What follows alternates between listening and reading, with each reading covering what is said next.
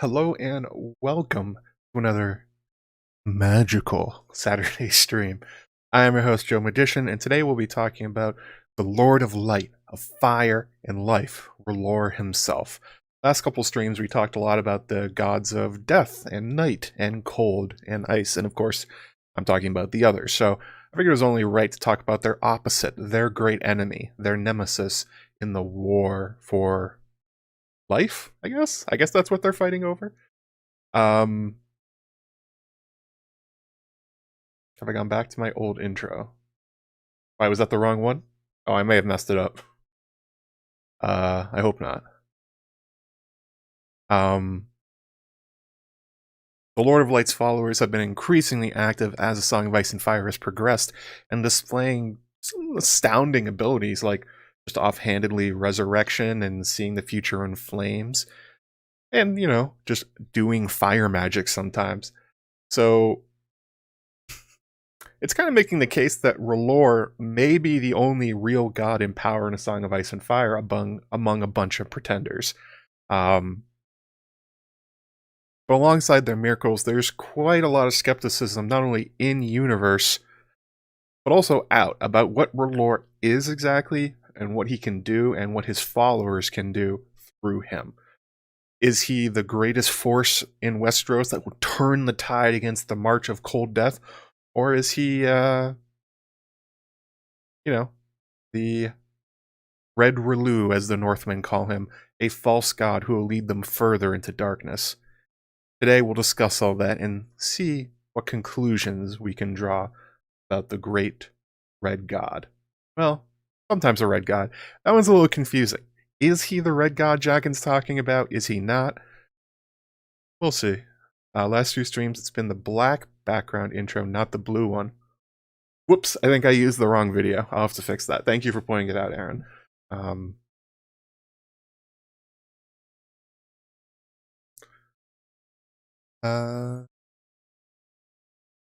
Welcome to the Maesters Club. Is that what we're calling it? Oh, congratulations, Tori. Your master's degree. Way to go. God, I could help. I'm sure like a lot of people put me on the background while studying and doing other things. Sort of how it goes. But yeah, congratulations. Way to go. Way to forge those chains.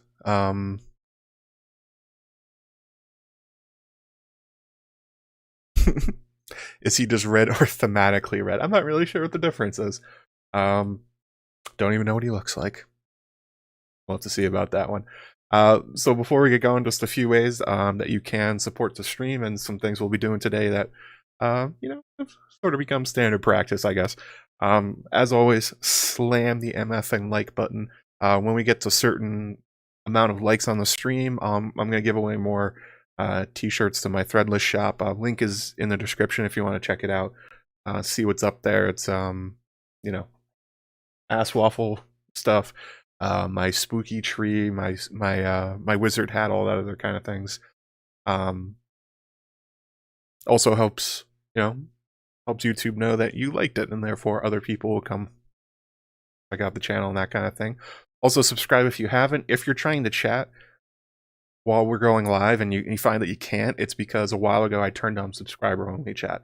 So all you have to do is just hit the sub button, and not only will you be inundated with all this lovely content, but you'll be able to chat while we're talking. Also, if you want to support me or the channel, you can go to patreon.com/JoeMagician. Whole bunch of different levels for different stuff you can get. Most popular one's the $5 level, because that's where you get access to like the Dying of the Light read through and patron only content. There's other stuff above that. That's the one people generally tend to go for.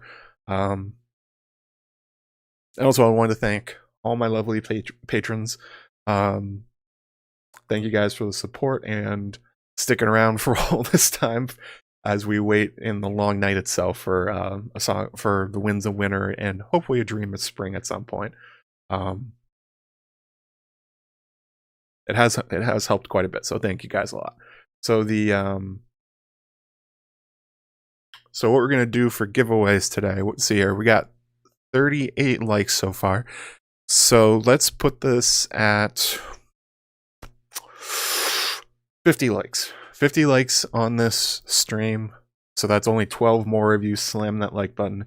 And we'll give away a code so that somebody can go get themselves a free t-shirt from my Threadless shop. And then we'll do 50, 100, 150. We'll just go up by 50s. I think that's what I'm trying to say. We're going to go up by 50s. And if we get to 150 likes, I'll throw on the wizard hat, which is out of frame but nearby. I can just totally go get it. And at 200, we'll go full George R.R. Martin. We'll throw on that ridiculous Greek sailor hat that he likes. The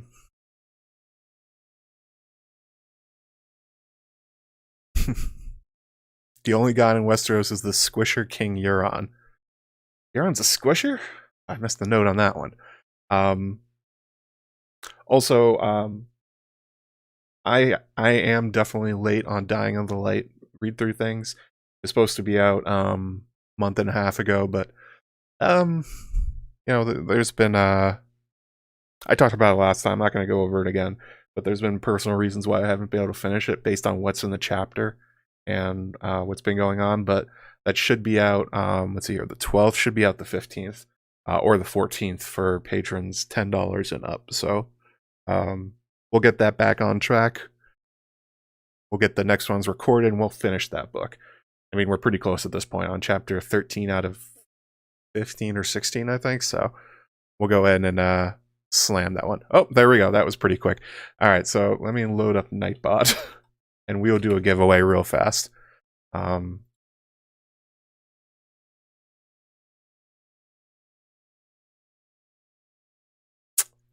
All right, so let's do the keyword.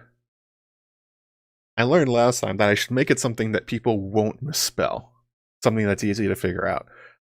So let's make the keyword. People will misspell Ralor. We'll make it Thoros. So if you want to be entered to win a free t-shirt from my Threadless shop, type the word Thoros. Thoros, and you will be entered. Let's see here. So it's 218. I'll roll it at 225.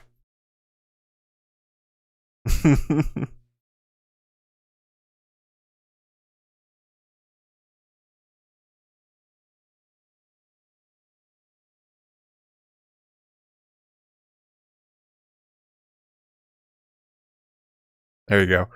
People just slam into Thoros. I could have phrased that better. Don't slam.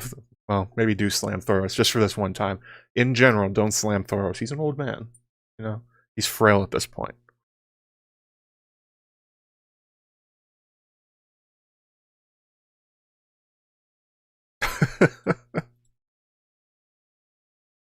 I always wonder if like somebody joins right now and they just see my chat is just full of the word Thoros. Actually, we're gonna put up a poll too. If it lets me. Oh, it did this time.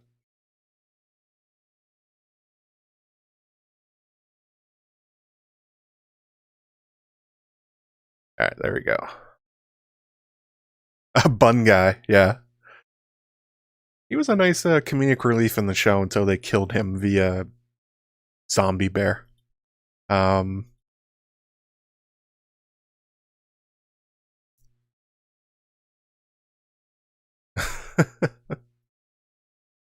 Yeah, Thoros does have a role still to play. Oh, he's not dead in the books.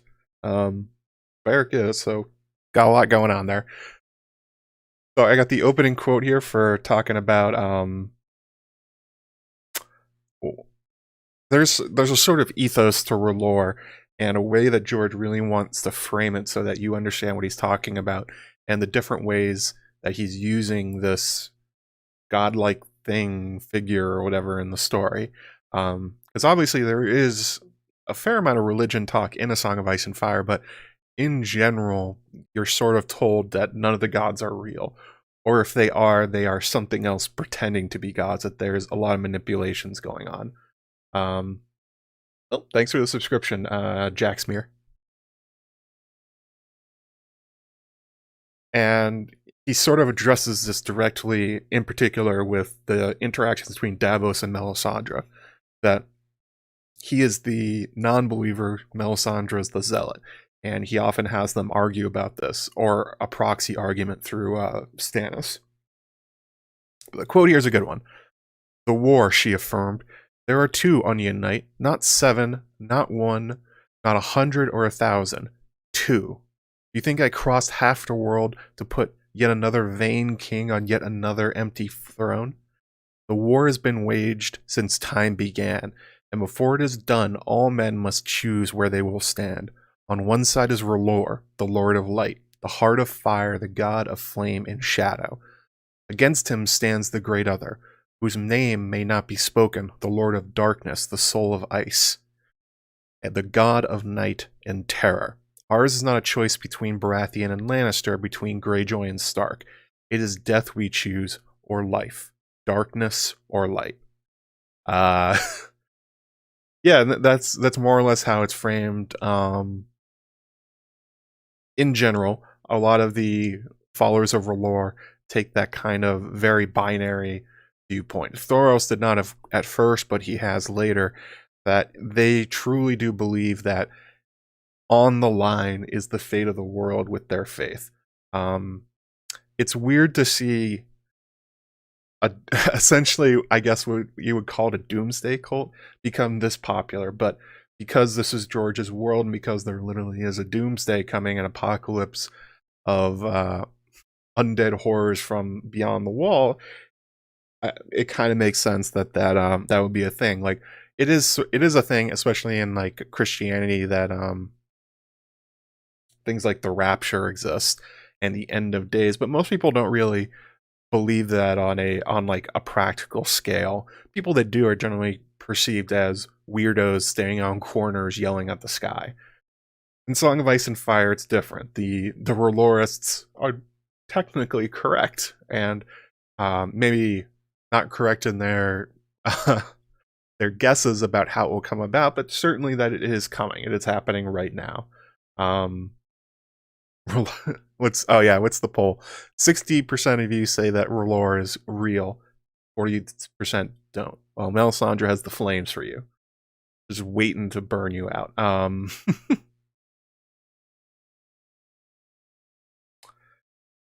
I do like that George has kind of played with that a little bit. That in any sort of real life context, characters like Melisandre, Beric, Thoros, Makoro, Benero, they would seem insane, but they're not, because these things are real. It's kind of the same thing that happens with Tyrion when he's talking to the Rangers and they're telling him about the others coming. And he's like, "Oh, it's Snarks and Grumpkins." That is like more or less the correct way to think about those sort of things, but not in this fantasy universe. So I think we should start out kind of broad on what we're talking about here with R'hllor in particular and the faith of R'hllor. So at a very, very broad level, it is a semi-popular religion found mostly in Essos, but primarily based out of Volantis, the old Valyrian colony. It really has just one core belief that's built around, which is, again, pretty unusual, but that's how it goes. And it's what Melisandre was talking about in that previous quote, that the great other is death and evil and bring about the end of the world. The Lord of Light, who they follow, is the force that will defeat it. Continuing light and life and all these things. Hey, struggling against the dying of the light. I've heard that somewhere before. George really likes that that idea. He keeps putting it into a lot of different stories, even writing one book about it in particular. And for an order for this to come about, the prophesized hero Azor Ahai will be reborn, who will fight on the side of R'hllor and defeat the Great Other.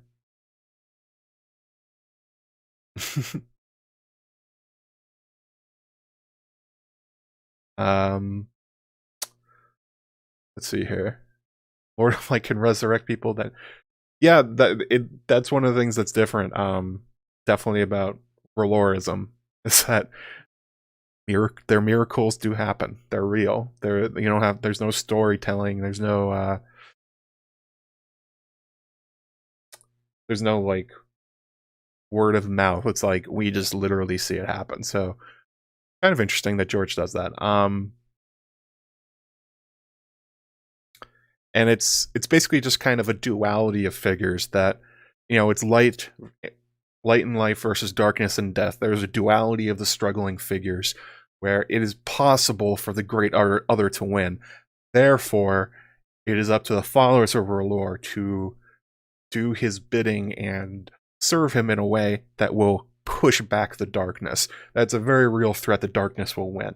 It's not always like that. There's quite a lot of religions where the patron god or the pantheon or whatever is winning and will continue to win, and the other side is like sad and pathetic. But in Ralorism in particular, there's very much an idea that they are under siege. They are screwed if they don't do something about it.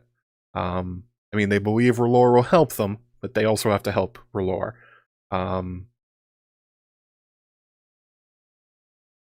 Oh, that reminds, I forgot to say thank you. Danny McKay sent through a PayPal earlier, which is a thing you can do. Down in the comments, there's a link to it. Oh, that's weird. Chat has frozen. Oh wait, no, never mind. There it goes. It just caught up. Okay, good. So thanks, Danny. Thanks for the $5. Right back at you. Happy weekend. Symbol of Ralorism is the Great Flaming Heart, which I used on the thumbnail for this video. A fire wreathed in, heart wreathed in fire, big red beating heart, one that's alive, that kind of thing. So again, yeah, this is a really broad overview of what we're even talking about. It's basically ruled over by a priestly class, at least in Volantis. That seems to be where it's basically centered in. And the priestly class are made up entirely of slaves. There's apparently nobody that joins the Red Temple who is not bought by it. They buy them from slave traders in the Valyrian cities. They buy them from the Dothraki, basically whoever. And that's who runs the Red Temple and the faith of Ralorism in general. It's entirely slaves. There's some hints that this is true for the Raloris that we know. For instance, Melisandre has a recollection of being sold as a slave. The whole Melanie Lot 7 memory that she has, basically that she's being called up to be sold, that she's one of the lots and that her name is Melanie, that kind of thing. Oh, I forgot to do the giveaway. Okay, here we go. Let's roll it. Oh, Danny McKay. There you go, buddy. Thank you for the PayPal. In response, you get a t-shirt. So make sure you can DM me or on Twitter, or you can send me an email to AskJoeMagician@gmail.com. I'll send you back a code. You can pick up something. Way to go, Danny. Thoros, we talked about this during the Thoros stream. He claims to have been given over to the faith of the Ralor. It's unclear what that means exactly. Was he given over in exchange for money? Was he like donated? Is it like Ario Hota, where he's basically is he basically like property of the Red Temple? He doesn't seem to want to leave, but it's not really clear where he would go anyway. It's a good deal for Thoros to stay. And very, very often, what is it? The Red Priests, especially those from Volantis, have these big, intricate, tattooed flames on them. That's a thing within the free cities, that slaves are marked with different kinds of tattoos to say what they are. And the flame tattoos mean that you're a slave specifically to the Red Temple. Oh, Maura Lee. Hey, Maura. Thank you for the $50. Pushing back the darkness. Your content always available to light the way to better understanding of Song of Ice and Fire. You are the best. Am I Melisandre? Oh. I never considered myself a Ralorist. Maybe I am. just burning kids on the side and stuff like that. Thank you for the super chat, more. That's very kind of you to say. We don't know very much about the doctrines of Ralorism, really. There's some basic stuff we can get out of it. Basically, as I said, they're a slave priestly class. They have temple sex workers. They buy them just like the same as any other slaves, and they use them to essentially as a side business for the temple to make money. They believe in human sacrifice. They very much follow the idea of blood magic. They think that if you burn somebody alive, it helps Ralor somehow, and you will be granted favor in exchange for burning someone alive in his name.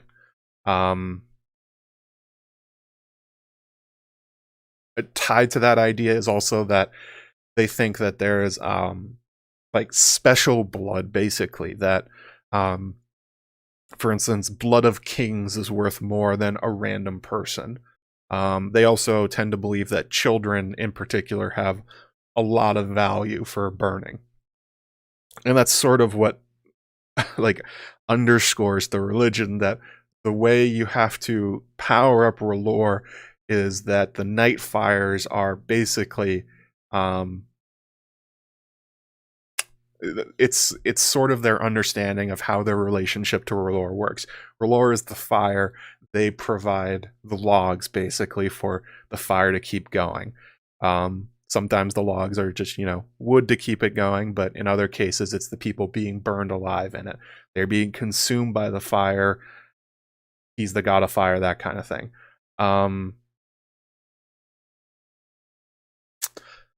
One other thing that we know about Ralorism is that it is fairly hostile to other faiths.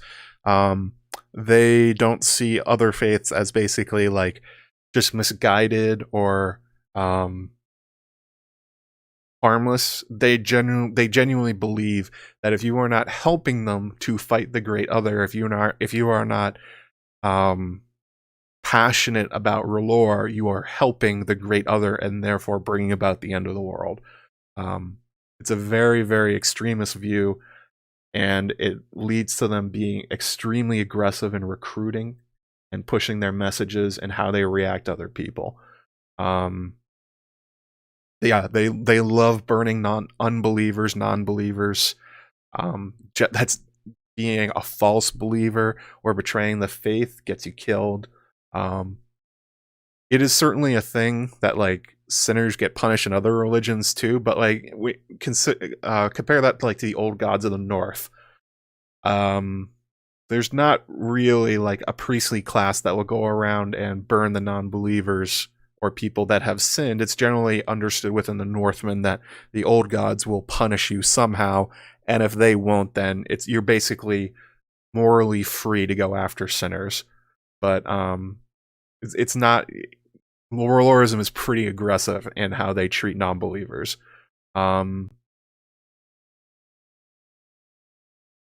Whole blood of king things makes no sense. Agreed upon king, anointed king, hereditary king. Yeah, it's a fairly strange topic. Like, how are they determining that? Is there like I've joked in the past, like, is there a spreadsheet, a grand spreadsheet of Ralor, and when somebody gets burned, like their name gets plugged in and all the different aspects of their life get calculated, and he's like, oh, okay, so they have this much king blood, they're this closely related to that king who's this holy, therefore I will grant you this amount of favor back. And it's kind of unclear how it works. It's probably just similar to the Valyrian idea of all magic is blood magic, and that sacrifices work just in general, and they've decided that to increase their chances, they will just kill more valuable people to grant more favor. That's sort of an idea that in real world where human sacrifices happened, it was generally thought the more important in society a person was, the more you would get for sacrificing them. Nobody expects the Lowest Inquisition. I mean, I don't think anybody in Westeros is expecting it, but Panera is planning it. And that's sort of the basics of it. They have the Great Other. They need to fight him. Everyone needs to be on board, but they also need to help Ralor, who's also super powerful. He will grant you favor for burning people, which also helps him. It's kind of like you need to recharge Ralor by burning people alive. That's more or less the idea. It's like a big battery of energy, I guess, if you wanted to break down their understanding of what's going on. And there's also the idea of Azor Ahai, who defeated the Great Other previously, and he will be reborn again, salt and smoke, all that stuff. Like, those prophecies come from Ralorism. That's where they're based in. There's not much known about the history of Ralorism and where exactly it came from. It's very vague in the text and the world book, but there are certain parts of it that probably can lead us to understanding where it started and why. So, for instance, it is primarily only in the former Valyrian daughters. It's headquartered in Volantis in the Great Red Temple. There are other red temples in different parts of Valyrian daughters. So we're talking about Mir, Tyrosh, Pentos. Though I think one has even sprung up in Bravos. Smaller red temples. But it doesn't really go further east. Not really. And the main faithful again are in Volantis, which outside of Valyria itself was basically the capital of the colonies. It was sort of like the Byzantium of if you want to think about Valyria as the Roman Empire, it was Constantinople. It was the most important place that wasn't in the homeland.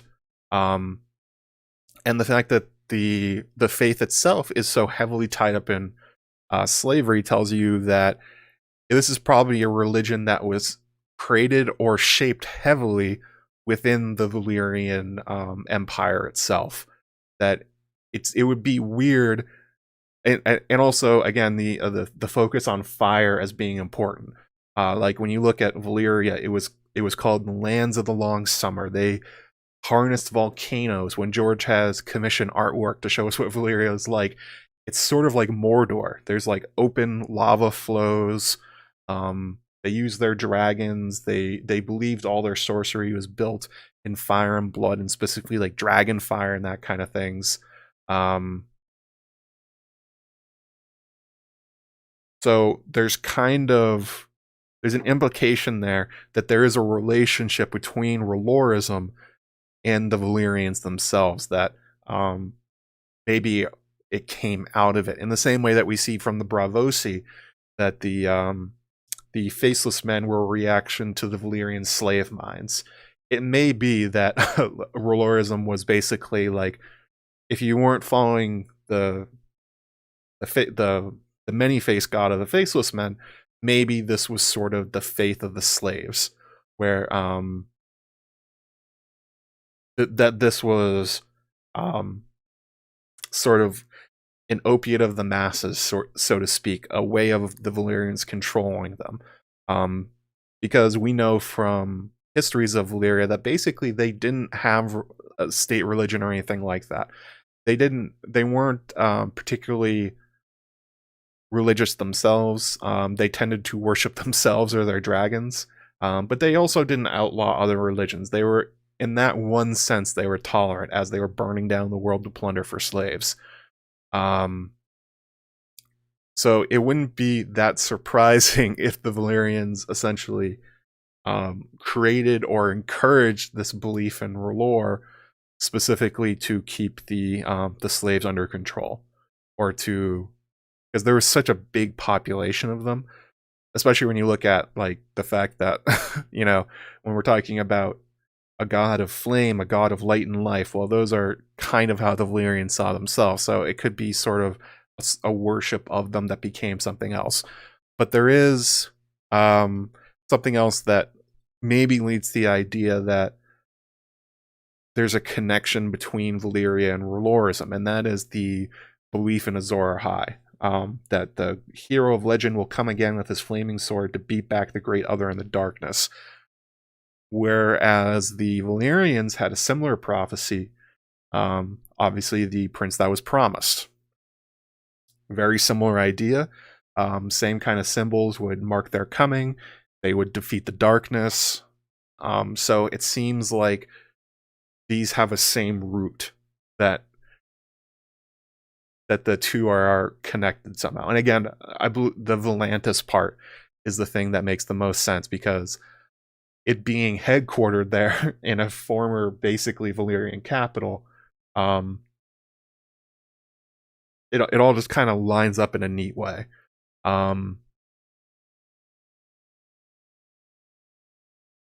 Ralorism originated as dragon or dragonlord worship. It very well could be. The Valyrians, as I said, they did believe themselves to essentially be gods with all their powers, and they thought their dragons sometimes were gods as well, or they worshipped them. So it wouldn't be that strange if Ralor is like the name of an ancient Valyrian god or something like that. And it just sort of over time came out of Valyria and became its own faith. If I'm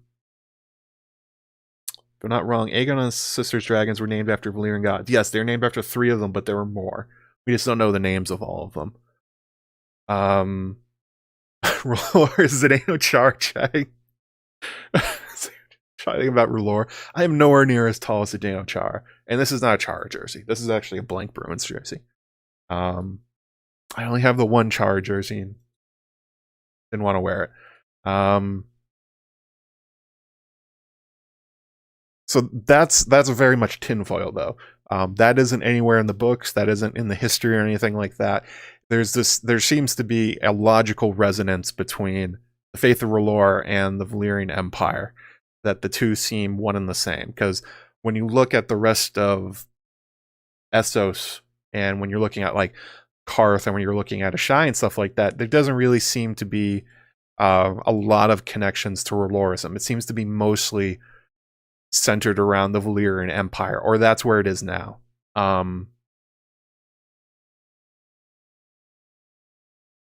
Yeah, I am not 6'9". I am not 7 foot on skates. I'm only 6 foot. It could be as old as the Empire of the Dawn, says Leah Rubenfeld. It could be. It could also be that, like, so we were chatting before the stream started about how there's different parts of Norse mythology that have lingered to the current day. It's very much possible that stories of some sort of prophesized hero has made it into other religions as they get absorbed into other parts of the world. Like that's a pretty common thing that happens. Like, for instance, my favorite one for Christianity is how we celebrate Christmas. That is actually a Norse winter festival that they didn't give up when they joined, and just sort of became a normal part of how Christians celebrated the birth of Christ, even though the two really have, there's no commonality between taking a tree inside and decorating it and the story of Christ's birth. There's nothing there. It's just that two traditions that merged over time and kind of a cultural melting pot idea. So it does seem that it may have something to do with the Great Empire of the Dawn, but it could also just be sort of a general idea of prophesized hero coming back to destroy everything that got kind of spread throughout a lot of religions in Essos. Oh, this is something I was talking about last time with the other stream, and I was talking about the Last Hero. The funny thing about the Last Hero story, the one closest to where it actually happened, the Last Hero does not seem to have gotten a fancy flaming sword and to fight the darkness. It goes straight from Last Hero finding the children to the Night's Watch defeating the others in the battle for the Dawn, supposedly with Dragonsteel. As I was talking about last time, the further east you get from Westeros, the crazier the stories get. But long story short, it very well could go back to the Great Empire of the Dawn, or the Valyrian Empire definitely seems more more recent. The connections between the two of them are between Ralorism and Valyria seem just on the nose, especially their obsession with blood magic and the sacrificing of people, of burning them. Valyrians very much believed in the idea that that to fuel their magic, people had to die, and they used it a lot. Could the prophecy be planted by the Great Other? Is there a Great Other? Nobody else seems to think there is one. They think the others exist. There's sort of the Heart of Winter thing, but that's a little bit strange.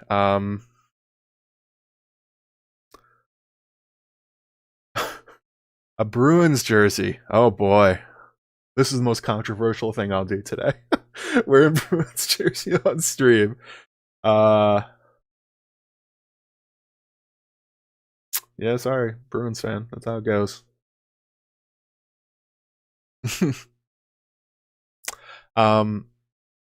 So before we get back into like the general, getting back into specifics of Ralorism within A Song of Ice and Fire and Ralor himself, I think it's important to talk about the actual influences that George has cited as where he created this sort of fire light god known as Ralor.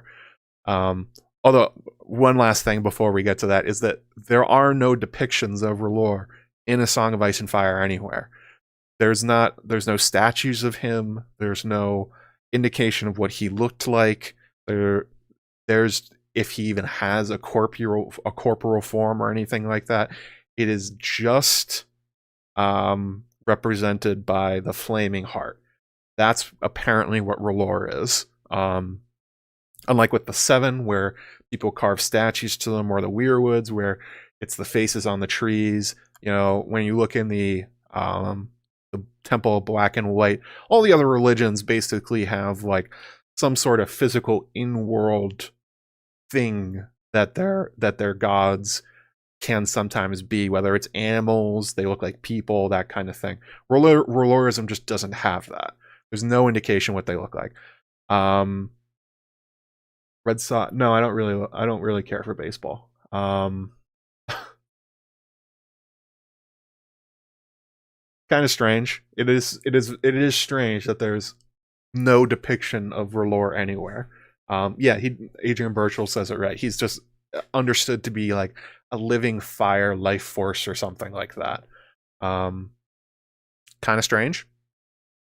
So there's a bunch of quotes here from George.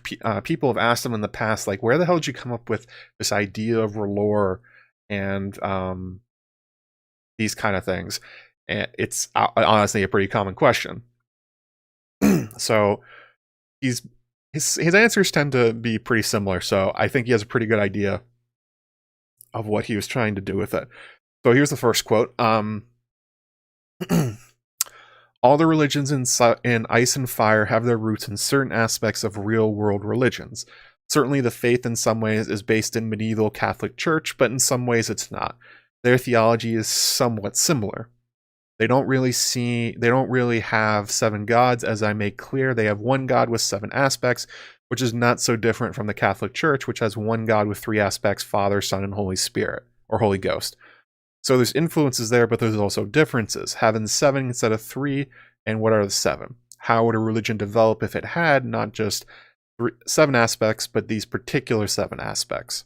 What would it mean in terms of how they worshipped and what the churches looked like and things like that? You have to take the basic idea and you develop it and you work out the ramifications as best you can.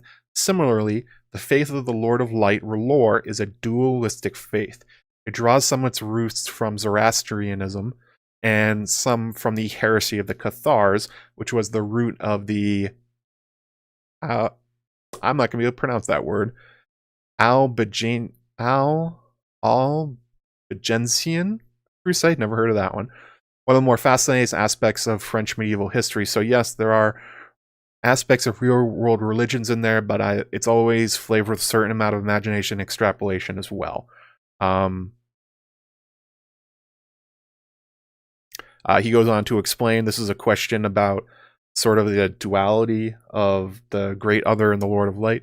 his answer is, I wouldn't specifically think in terms of yin-yang, which are, of course, Chinese Bayesian concepts, but there are certainly a lot of dualities in the novels.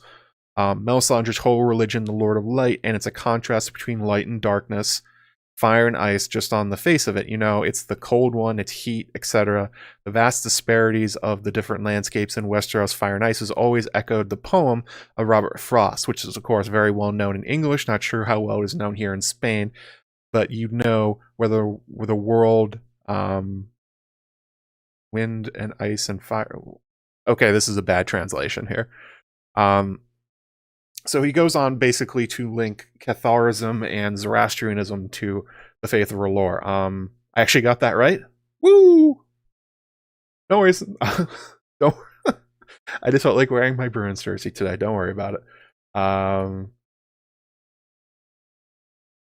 So I'm not an expert on world religions, and I sort of read some summaries on what these mean and how it relates to Ralor, but I guess basically it means that within their faiths, much in the way I describe Ralor and its relationship to the Great Other, is that there's not a sort of domination of goodness or lightness over the darkness like there is in some other ones, where within each aspect of even their good gods, there's dark ones, that kind of thing. And I think with Catharism, the belief is that Satan's much more powerful or something like that. You guys can correct me on that. I'm sure I don't have it right. But George wanted to play that up, that there is a hostile darkness that they are fighting against, and that it is inherent to life. Let's see here.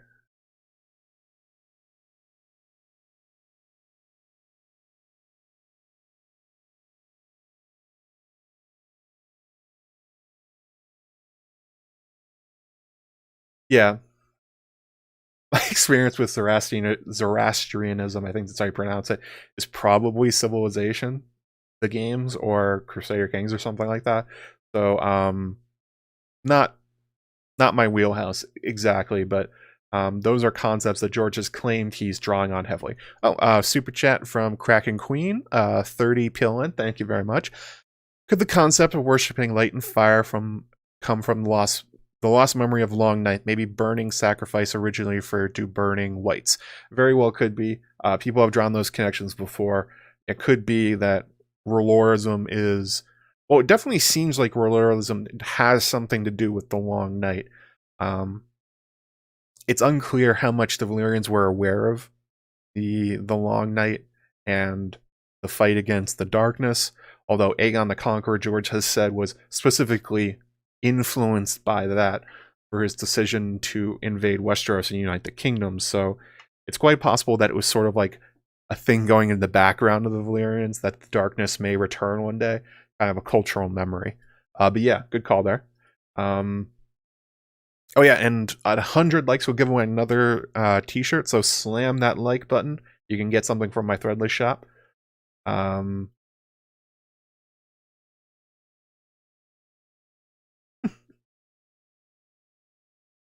Yeah, I don't know a ton about the Cathars.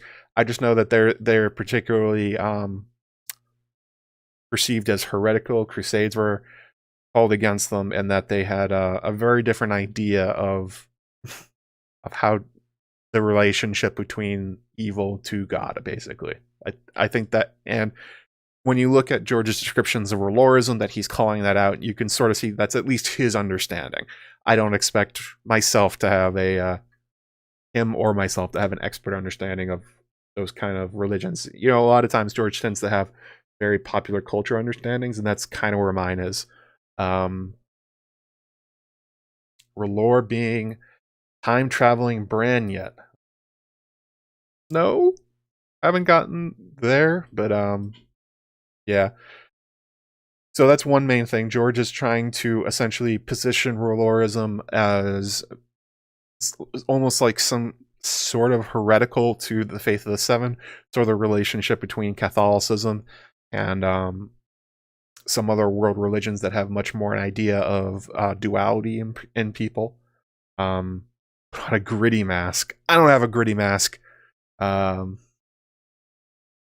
God help me.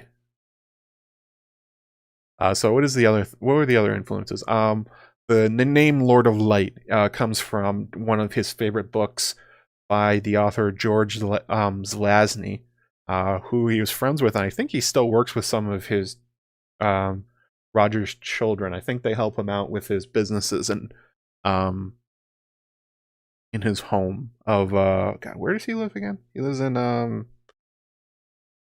on a second, we're gonna look this up. Santa Fe, in Santa Fe, New Mexico. Um, George loves Roger's books, and Lord of Light itself, I haven't read it, but I looked up a quick summary, and I can probably see why George chose the Lord of Light to describe Ralor, and in that the book, spoiler alert for it, tends to deal with a lot of the ideas of gods hiding as people, and like going up and down between mortality and being gods, that kind of thing. Um, and it adds that kind of ambiguity and sort of the idea of, are these things real? How real are they? Are they in this world or not? That kind of ambiguity seems to be a big part of that book. You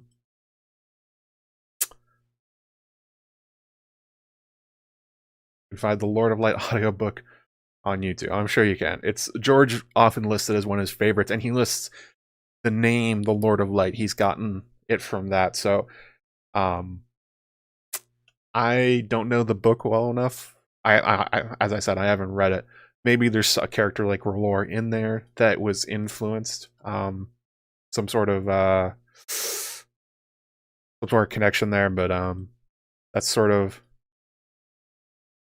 that's kind of where one part of the name came from. But the another part of it, this is kind of interesting, is that the name Ralor has a really old history in George's writing. It is one of is the name of a character he wrote back in high school and college, I think, who went on adventures and fought between gods and demons and stuff like that. It shows up in the his unpublished story. This would be kind of fun to read because of it. I'm going to read a description. But basically, it's called The Dark Gods of Kor Yuban. And this is the quote. I called it Dark Gods of Kor Yuban. I called it, and yes, my version of Mordor sounds like a brand of coffee. My heroes were the usual pair of mismatched adventurers, like the melancholy exile prince Ralor of Rog and his boisterous, swaggering companion Argilac the Arrogant. This is going to be a running theme, by the way. You're going to recognize a lot of these names. He reused them many times throughout his different works. Dark Gods of Kor Yuban was the longest story I'd ever attempted, maybe 5,000 words, and had a tragic ending where Argilac got eaten by the titular Dark Gods. I had been reading Shakespeare at Marist and learning about tragedy, so I gave Argilac the tragic flaw of arrogance, which caused his downfall. Ralor escaped to tell the tale and to fight another day, I hoped. When the story was done, I shipped it off to San Francisco, where Clint Bigglestone, great name, promptly accepted it for publication in Cortana. I began a second Ralor story during my freshman year at Northwestern, when I still deluded myself that Cortana was only delayed, not dead, and that the Dark Gods of Kor Yuban would be my coming out real soon now. In the sequel, my exiled prince finds himself in the Dothrak Empire, where he joins Baron of the Bloody Blade to fight the winged demons who slew his grandsire, King Barristan the Bold. I'd written 23 pages when some friends found the story on my desk one day.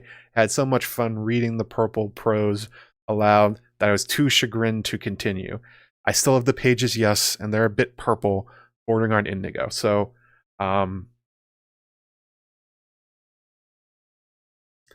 that's more or less the origin, the name Ralor, and the direct reference that George is making by naming the Lord of Light that character. It's the idea of a exiled adventuring prince, kind of a legendary figure, someone that would have been out of the age of heroes, who traveled with Argilac the Arrogant. Obviously, if you there's Argilac Durandon, who had a big part in Aegon's conquest. What was his exact nickname? Argilac Durandon. Oh, he's actually called Argilac the Arrogant in that too. Yeah, he tends to reuse names and different kinds of things, and they tend to be little Easter eggs for himself or his previous fans, and this is one of the major ones. So if you wanted to make a fictional history of Ralor, the character, the most direct reference would be that Ralor was the name of Azor Ahai originally, and the faith of Ralor is the faith of that guy, and now the religion is based around worshiping him as a god, basically. Probably not, but that would be the most direct connection you could make to the rest of his stories. Did George come up with all his names while he was in college? No, he came up with most of them when he was a kid. Barristan the Bold was the name of one of his turtles, and he's this sort of, he loved the name, so he keeps using it. Robin and Lyanna come from early names. The Targaryen ones are newer, but you'll see them repeated throughout his other works.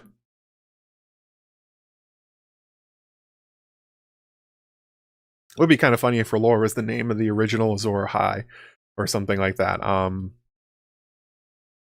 The Dothrak Empire, the Baron of the Bloody Blade, King Barristan the Bold, all the Argilac, yeah, it all works in one big fun reference for himself back to his own works. But it's definitely supposed to be somebody heroic, but he always likes putting tragedy into his heroic heroes. And there's definitely the idea within Ralorism and Azor Ahai comes from the Wheel of Time from Robert Jordan. I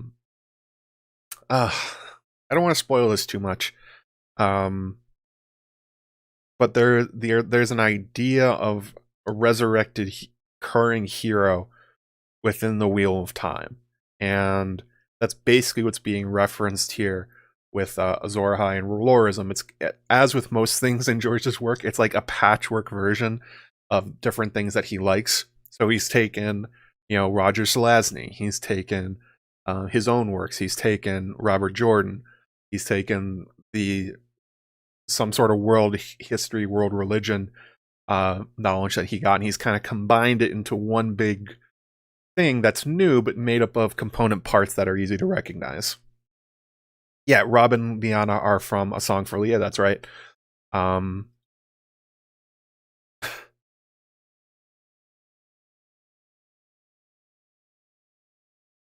of the great other is an icy, corrupted version of Greenseer in the Heart of Winter. I talked about that in my last stream, that I think that the others are probably human Greenseers, maybe descendants of the Ward King, who were tempted by the children in becoming a force to fight against them. Of course, a lot of this is really disconnected from the history that we know from Westeros. Like, there's a sense that Dragonsteel was used in a way to help the Night's Watch defeat the others. But why did that happen? Like, what does that have to do with Azor Ahai? What does that have to do with this figure Ralor? I'm sorry if I spoiled the Wheel of Time for you. I think that's a fairly benign plot point, I think. I forget. I'm sorry. I'm sorry if I did. But that's largely where Azor Ahai is coming from. But another way that he likes using these his old works to inform the new is, in particular, from this one story called The Lonely Songs of Larendor. In this story, he basically has these godlike figures become real, that they're not just belief in sort of forces of nature, that they are real physical things, that super powerful fantasy sci-fi beings that have control over the universe, that kind of thing. So here's the quote. But there are other dreams. Often I remember vaguely I was a god. Well, an almost god. I had powers and teachings, but they were not the teachings of the seven. They were afraid of me, each of them, for I was a match for any of them. But I could not meet all seven together, and that was what they forced me to do. Then they left me only a bit of my power and set me here.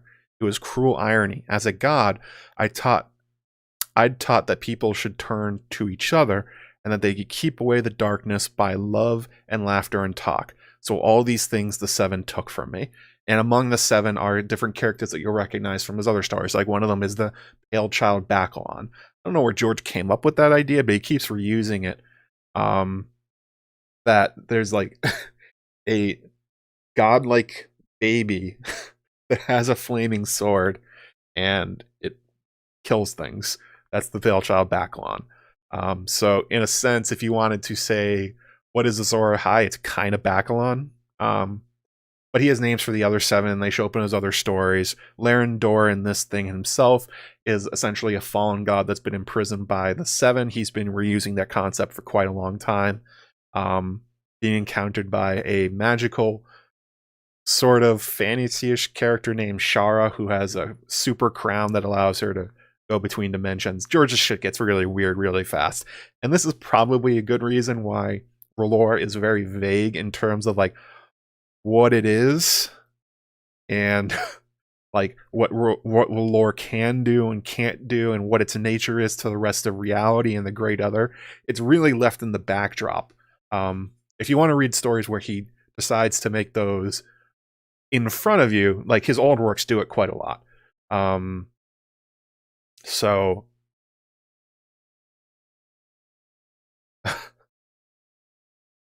okay, so I didn't spoil too much. Okay, good.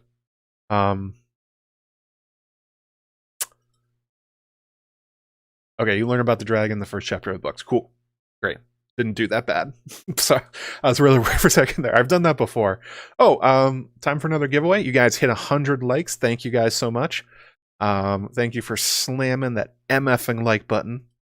So let's do another giveaway from my threadless shop. Let's see here.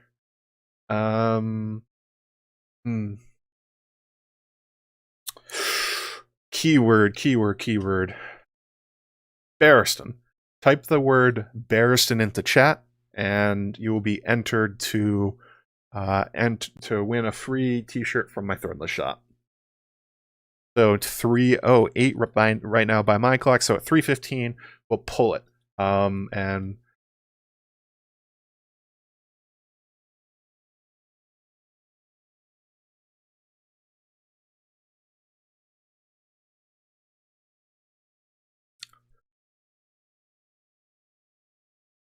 there you go. So yeah, that's sort of the backdrop of Ralor. That's what George has said in interviews and when he's been questioned, like, what is this thing? What is he trying to do with it? So let's go away from, I guess, the external understanding of what he's talking about, and let's go into the story. So, for instance, I mentioned early on that one of the questions about is Ralor real or not, is he like an actual figure in A Song of Ice and Fire? Is he a real god? It's that his followers can do magic, like actual magic. And pretty impressive magic, too.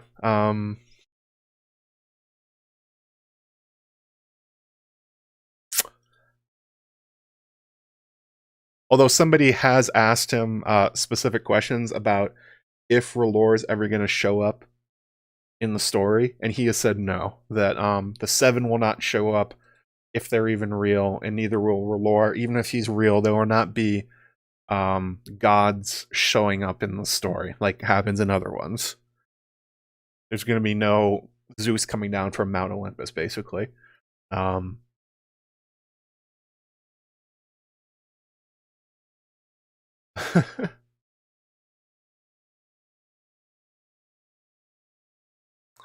So the biggest thing that his followers can do, and this is like super primary power, is that they have the ability to resurrect the dead.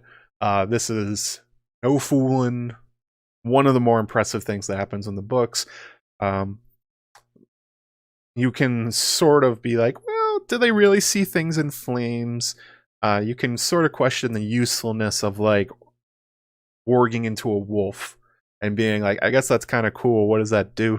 Like, it's got to be more to it. Resurrection, that one is just like bang. Like, as we know, entire religions have been based around the resurrection of people being famous, of famous people coming back to life. So like, yikes. So here's the explanation. They do it via the last kiss. I talked about this a lot during the Beric and Stoneheart and Thoros streams, but to make it simple, the last kiss is a Raloric rite for the dead, that when they die, they smooch the dead, and they, well, I'll let Thoros here explain it. I have no magic, child, only prayers. That first time his lordship had a hole right through him and blood in his mouth, I knew there was no hope. So when his poor torn chest stopped moving, I gave him the good God's own kiss to send him on his way. I filled my mouth with fire and breathed the flames inside of him, down his throat to lungs and heart and soul.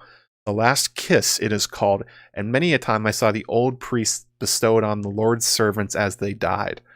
I had given it a time or two myself, as all priests must. But never before had I felt a dead man shudder as the fire filled him, nor seen his eyes come open. It was not me who raised him, my lady, it was the Lord. Ralor is not done with him yet. Life is warmth, and warmth is fire, and fire is God's, and God's alone. So, yeah, there's some strangeness going on there. Thoros, as you can see, the last kiss is they create fire in their mouth, so Raloric priests can breathe fire. That's apparently the thing they can do. They breathe it into the person's lungs, and it's not supposed to resurrect people, but then for Beric, for unknown reasons, it does. Beric returns to life. He is healed, sort of, returns from the dead, and just kind of happens over and over again. For some reason, Thoros has the ability, well, he says he doesn't have magic, Ralor has the magic, but it's really unclear what's going on here. As Thoros says in the quote here, it doesn't usually bring people back. This is not like a thing that the Red Temple is full of zombies. It never works. It's just a last rite. For somebody to essentially be blessed as they go on into whatever is after death. It's pretty strange. Yeah, Carl Karsnark breathing fire sounds a wee bit dragony too. Yeah, definitely. It definitely sounds Valyrian. That's something I would expect Valyrians to do. Their obsession with dragons makes a lot of sense. But that is something that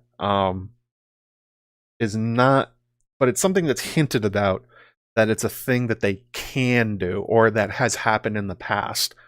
So the quote here is from Halden Halfmaester. He's talking about Benero. Benero's the high priest of the Red Temple in Volantis, so effectively he's the Red Priest Pope, I guess. Benero has sent word from Volantis. Her coming is the fulfillment of an ancient prophecy. From smoke and salt she was born to make the world anew. She is Azor Ahai returned, and her triumph over darkness will bring a summer that will never end. Death itself will bend its knee, and all those who die fighting in her cause shall be reborn. So, it is a thing. They don't know what Thoros is doing. Benero doesn't have any idea that Thoros has somehow cracked resurrection. This is just a thing within Ralorism that they believe that they have the ability to resurrect the dead sometimes, or at least the Lord of Light can. And obviously the idea of Azor Ahai is the idea of reincarnation, which is a form of coming back from the dead. Benero specifically saying, if you die in your cause, we'll raise you back to life like nothing happened. Kind of makes you wonder what happened at the end of the first long night. Is that a thing that happened where there was like a mass resurrection or something like that? Oh, good call, Kraken Queen. Yeah, Valyrians also typically burn their dead.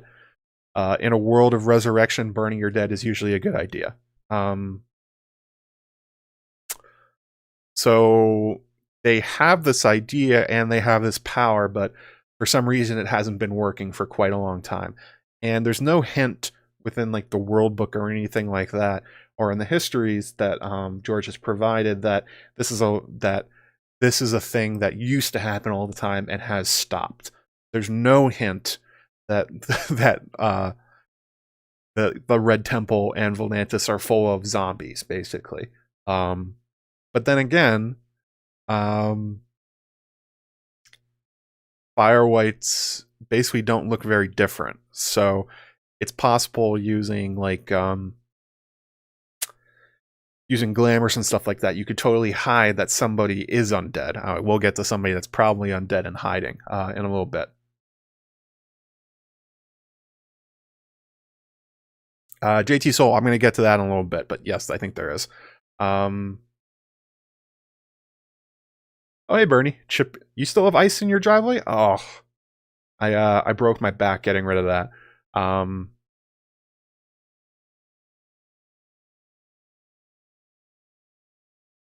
So that's an important thing that his followers supposedly can do. At least some of them can. Beric himself shows the ability to bring back the dead as well. It would be kind of interesting if Dany gets to Volantis and Benero starts showing her all these Firewhites they've been raising back from the dead. Because the idea is based. Somebody in the chat said earlier, maybe it's something to do with the return of dragons. Well, I doubt the Red Priest stopped using the last rite. Thoros says they do it all the time. So in theory, if Beric was just the first and now resurrection works via the last rite, then there should be a ton of them. Like Volantis should be overrun with Firewhites, basically. I'm pretty sure I haven't heard that, so it's unclear if this is just like a general Ralor thing or if this is a Thoros thing. We'll have to see when Dany gets to Volantis and meets Benero, if this is a thing. But for now, it seems like the resurrection thing is something that Benero thinks can happen, but maybe only Thoros can do. Kind of interesting to think about. The other thing they can do, which is what we talked about earlier, is fire magic and manipulation. Thoros obviously can breathe fire from his mouth. That's a thing Red Priests are taught to do. We have a quote here too about Benero. This is from Tyrion, I think. Benero jabbed a finger at the moon, made a fist, spread his hands wide. When his voice rose in a crescendo, flames leapt from his fingers with a sudden whoosh and made the crowd gasp. The priest could trace fiery letters in the air as well, Valyrian glyphs. Again, this is pointing to the idea that there's some sort of connection between Ralorism and Valyrians. Tyrion recognized perhaps two intent. One was doom and the other was darkness.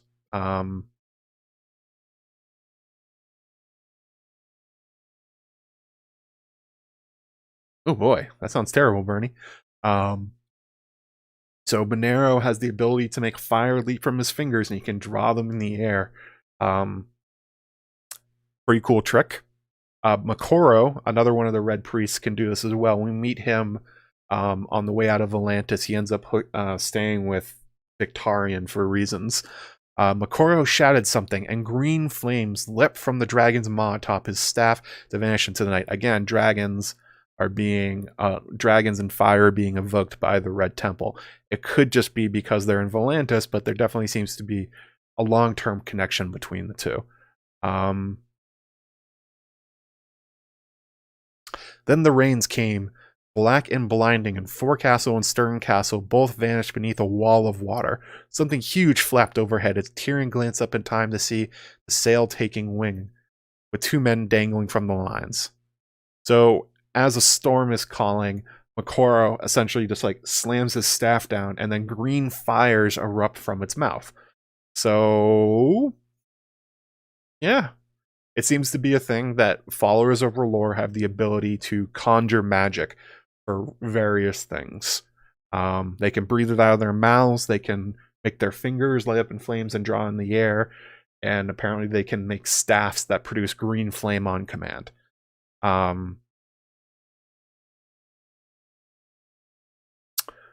not overrun, roughly the number of Raloras who have died in the last few years in the city at most. Even still, that would be a pretty significant amount. Volantis is a big place. There's a lot of red priests in the Red Temple.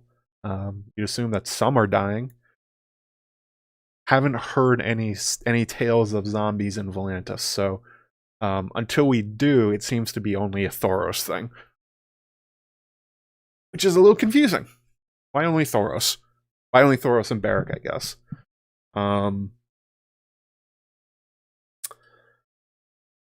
Although this is something that people were bringing up in the chat when we were talking about resurrection and we're talking about fire magic now, is that basically these are not unique.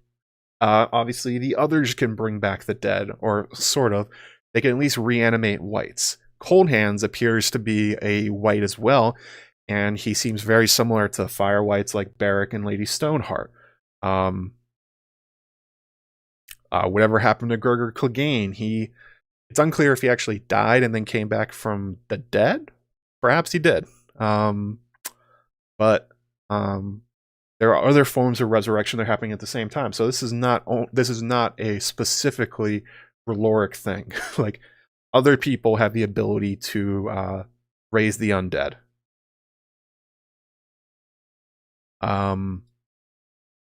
Vic's arm, explain, please. I have no idea. I have no idea what's going on with Volcano Hand over there. Don't know what Makoro did to him. This has to do with the fire magic. Yeah, Makoro has somehow healed Victarian's hand, but in a way that makes it look like it's about to burst out into flames. Speculations have been since Fire and Blood came out that he used a fireworm, because it seems similar to what happened to Araya Targaryen, but not really clear on that one. He apparently was able to heal his hand in a way that's different from Beric.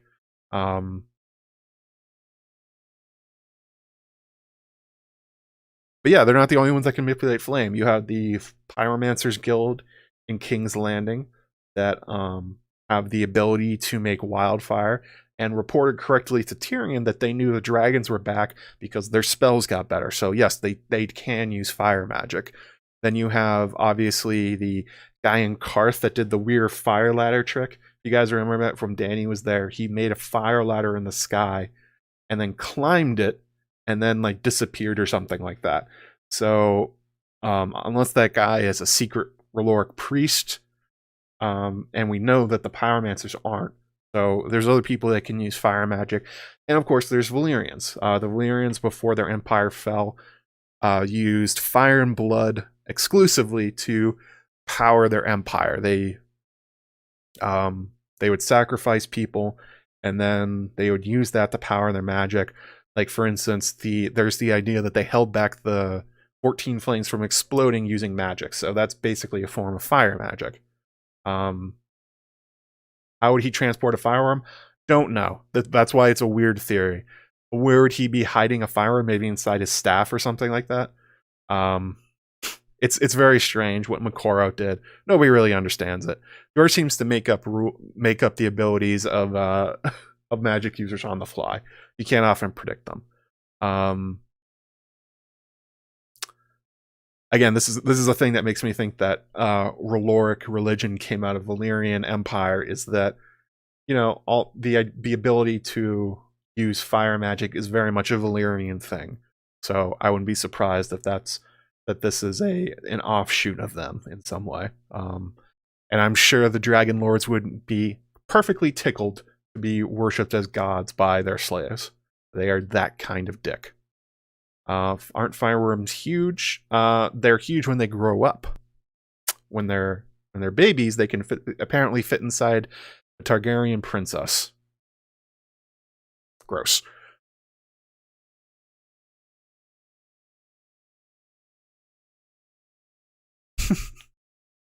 Yeah, could Makoro regrow Janie's hand? Maybe. I don't think he would want to. There's definitely a sense within the fandom that Victarion may be dead or come back from the dead.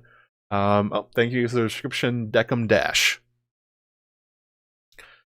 So that's one of those things that is one of those things that sort of pushes back against the idea that Ralor is a real thing, that he's a god granting his followers abilities because other people can do them. So either they're like tapping into Ralor accidentally, and all fire magic has to do with him in particular, or there is no Ralor, and they're worshiping a god and then ascribing magical things that exist in universe to their god, that kind of thing. Although the one thing that they definitely have that is pseudo unique, sort of unique, at least rare, is the seeing the futures in flames. Melisandre has used this to great effect, as has Beric and Thoros of Myr. Makoro has done this. Stannis has seen things in the flames. It is a known effect that that apparently you can stare into flames in this universe, and the future will be shown to you. But in not in an easy to understand way. This is Melisandre's take on what it's like looking into the flames. The Red Priestess closed her eyes and said a prayer, then opened them once more to face the hearth fire. One more time, she had to be certain. Many a priest and priestesses before her had been brought down by false visions, by seeing what they wished to see instead of what the Lord of Light had sent. Stannis was marching south into peril, the king who carried the fate of the world upon his shoulders. Azor Ahai reborn. He's not. Surely Ralor would vouchsafe her a glimpse of what awaited him. Show me Stannis, Lord, she prayed. Show me your king, your instrument. Then she goes on to describe what she's seeing. The girl, I must find the girl again, the gray girl on the dying horse. Jon Snow would expect that of her, and soon. It would not be enough to say the girl was fleeing. He would want more. He would want the when and where, and she did not have that for him. She had seen the girl only once, a girl as gray as ash, and even as I watched, she crumbled and blew away. A face took shape in the hearth. Stannis? She thought for just a moment, but no. These were not his features. A wooden face, corpse white. Was this the enemy? 1,000 red eyes floated in the rising flames. He sees me. Beside him, a boy with a wolf's face threw back his head and howled. The Red Priestess shuddered. Blood trickled down her thigh, black and smoking. The fire was inside her, an agony and ecstasy, filling her, searing her, transforming her. Shimmers of heat traced patterns on her skin, insistent as a lover's hand. Strange voices called to her from days long past. Melanie, she heard a woman cry. A man's voice called, Lot 7. She was weeping, and her tears were flame, and still she drank it in. So this is Melisandre's POV telling us what it's like to try and see things in the flames. She has no control over what she's seeing, but she can discern them. Apparently, if you go too far, then you start feeling... I don't really know why blood was trickling down her thigh. That's a little weird. Why is she bleeding from... Yes, her vagina? I think that's what's happening. Weird. Then shimmers of heat tracing patterns on her skin. And then memories came back that she's tried to repress. So this is a real thing. Like the fire magic, like the resurrections, people can look into flames and see the future. They don't know what they're seeing though. It's honestly very similar to Green Dreams, where what you see is not literal visions of the future. It is like a puzzle to crack, basically. George is basically just being evasive here about what's in them. Very strange. Here's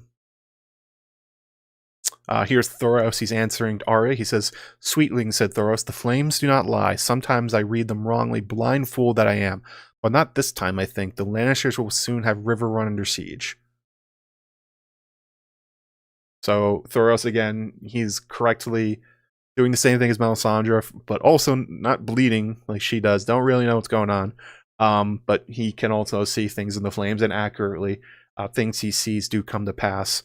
And then This is Makoro answering. This one's the most cryptic. Someone told me that the night is dark and full of terrors. What do you see in those flames? Dragons, Makoro said in the common tongue of Westeros. He spoke it very well, with hardly a trace of accent. No doubt that was one reason the High Priest Benero had chosen him to bring the faith of Ralor to Daenerys Targaryen. Dragons old and young, true and false, bright and dark, and you, small man with big shadows snarling in the midst of all. So, all of them can do it. All of the Raloric people we know have the ability to see in the flames, and apparently after some minor teaching, they can show others how to look into flames too. So for instance, Stannis looks into the flames and he sees things as well. Selyse does. I think the Florence do can as well. So this is a skill that can be taught. The question becomes, again, kind of like the fire magic, is this coming from Ralor, the god, or is this just like a fact of this world? That anybody with an is it true that anybody with enough practice could look into a hearth fire and see the future? Are people just not trying or something like that? Or is there something about being literally a part of the faith of Ralor that allows you to do this where others cannot? Really unclear. George is making it unclear on purpose. When he's asked about like magic systems and how it works, he basically goes, I don't want to tell you. He doesn't want to explain it.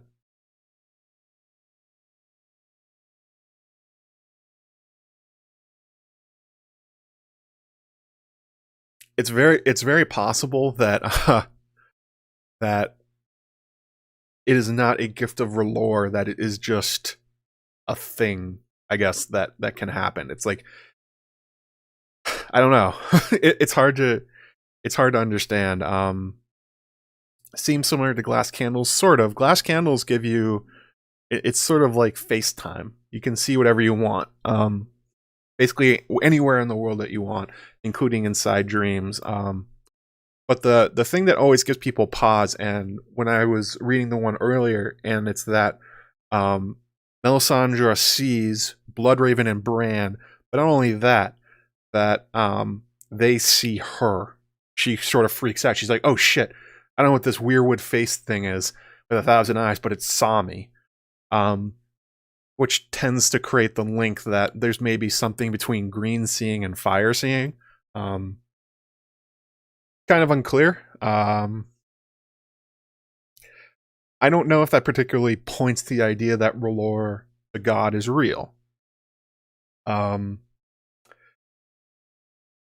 If people can just be taught it, then doesn't that make the case that it's not a god's favor, I guess? You know, not really sure. There's a question from Twitter. Richard F. Seymour said, it seems like a lot of fans assume red priests and priestesses and shadow binders are the same. Please delineate. So, moving on from the whole fire seeing thing, Melisandre's primary power that we see her having in Song of Ice and Fire, other than fire seeing and blowing up eagles or something over the wall, is that she apparently can create the shadow babies. We did the shadow baby spectacular a little while ago, talking about how she can conjure these disembodied shadows of somebody's consciousness, which can then go kill people or do whatever, I guess. Stannis uses to kill Renly, and what's his name? The Sir Courtney Penrose. But that doesn't seem to be a red priest thing. The Melisandre specifically is called Melisandre of Ashai. She went to Ashai and learned from the Shadowbinders, which are different from red priests. Shadowbinders are the ones that wear the face masks, and they apparently can do that thing whenever they want. They can create shadows that are corporeal and can affect the world. It doesn't seem to be that all red priests can do that. It appears that Melisandre is special, that she learned an extra ability.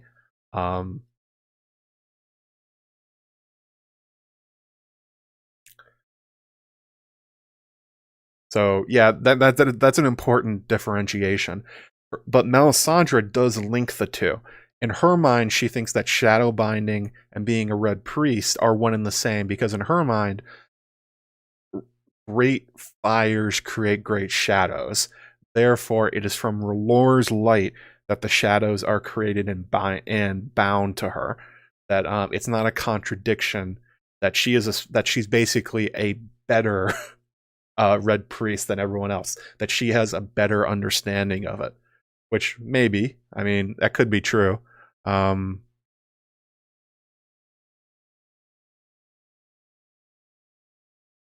Is that how she made the shadow baby? Yeah.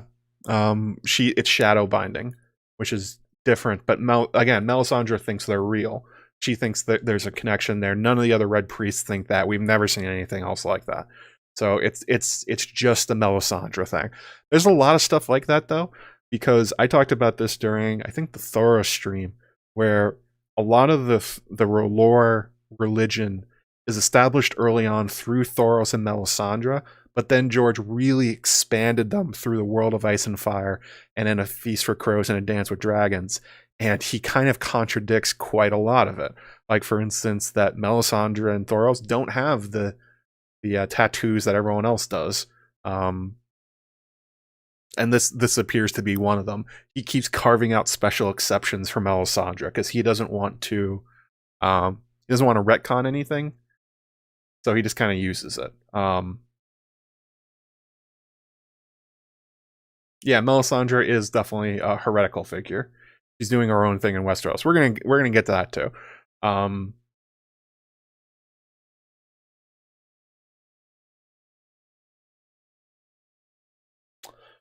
So the last thing that can seem to happen, and this is again just a weird Melisandre thing, but well, no, actually, no, this extends to Beric as well. Melisandre doesn't need to eat or sleep anymore. She does it to keep up appearances, but it feels that it's not important to her anymore. It's not a biological necessity that she eat or sleep. The quote goes, "Food, yes, I should eat. Some days she forgot. Ralor provided her with all the nourishment her body needed, but that was something best concealed from mortal men." So she's drawing a difference between herself and mortal men. And this is another quote. It said, "She had no time for sleep, with the weight of the world upon her shoulders, and she feared to dream. Sleep is a little death. Dreams the whisperings of the other, who would drag us all into eternal night. She would sooner sit bathed in the ruddy glow of her Red Lord's blessed flames, her cheeks flushed by the watch of the heat, as if by a lover's kiss. Some nights she drowsed, but never more than an hour. One day, Melisandre prayed she would not sleep at all. One day she'd be free of dreams. Melanie, she thought, Lot 7. So she basically just like sleeps 1 hour a night. That's it. And she's trying to get to the point that she doesn't have to anymore. And Beric experiences the same things as a Firewhite, where, you know, the blood no longer, George has said the blood no longer flows in his veins. Beric doesn't need to eat. He basically doesn't need to sleep either. He can just stay up all the time. This has kind of created the understanding that Melisandre herself is a Firewhite, and that she wears a glamour in order to disguise what she really looks like. That she is not a, like, as beautiful as she seems, that she has a very powerful glamour that basically never falters. You know, the giant red ruby around her neck. But George has said in interviews that Firewhites are animated by fire magic itself, and that it's different from the others whites, the ice whites, that they do a different thing. So this is maybe the most powerful example of, is Ralor real? Is it a real thing? Well, something's keeping her alive. Something is keeping her and Beric upright and living, and basically turning them into superhumans that no longer need biological things to live, that they are functionally immortal, that they don't need to eat, they don't need to sleep, they can keep going forever. So yeah, that's a weird thing. No explanation of where that comes from. The only explanation is that it comes from something like Ralor. That and that the connection to Thoros doing the last rite, doing the fiery breath, is the connection there. That somehow they tapped into a kind of fire magic that allows them to bring things back from the dead.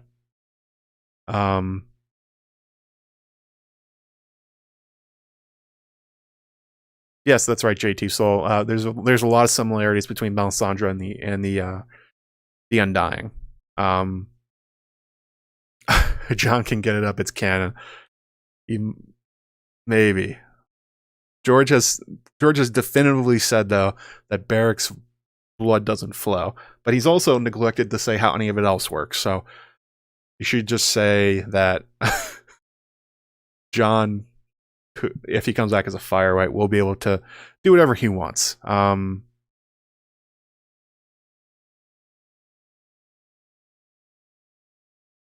The other things that happen can be sort of explained as other facets of different magical things in the universe.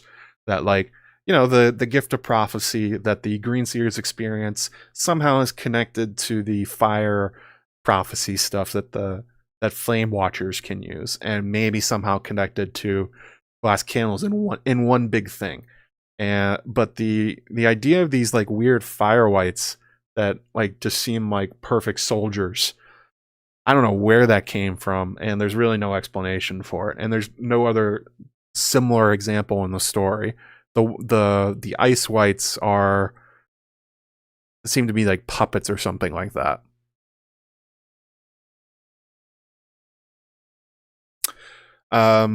So Mel drips down her leg, so she's white, and bleeds down her thigh. No, it's Cold Hands talks about this, and so does Beric. There's still blood in their veins, but their heart isn't pumping. Like, the biological processes in their body don't work anymore. They're essentially just like kept alive by something else. Melisandre's experience of feeling fire move throughout her and up her sounds like something alive. So if you wanted to say that's what Ralor is, I guess you could, but it's hard to say. There's definitely something they are tapping into, some sort of magical idea or magical force that they're using, like a fire thing.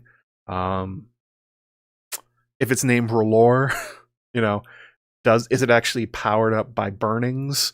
Does it actually have to do with the way they do their prayers and all that kind of stuff? Totally unknown, but there definitely is some sort of magical fire force that they can use.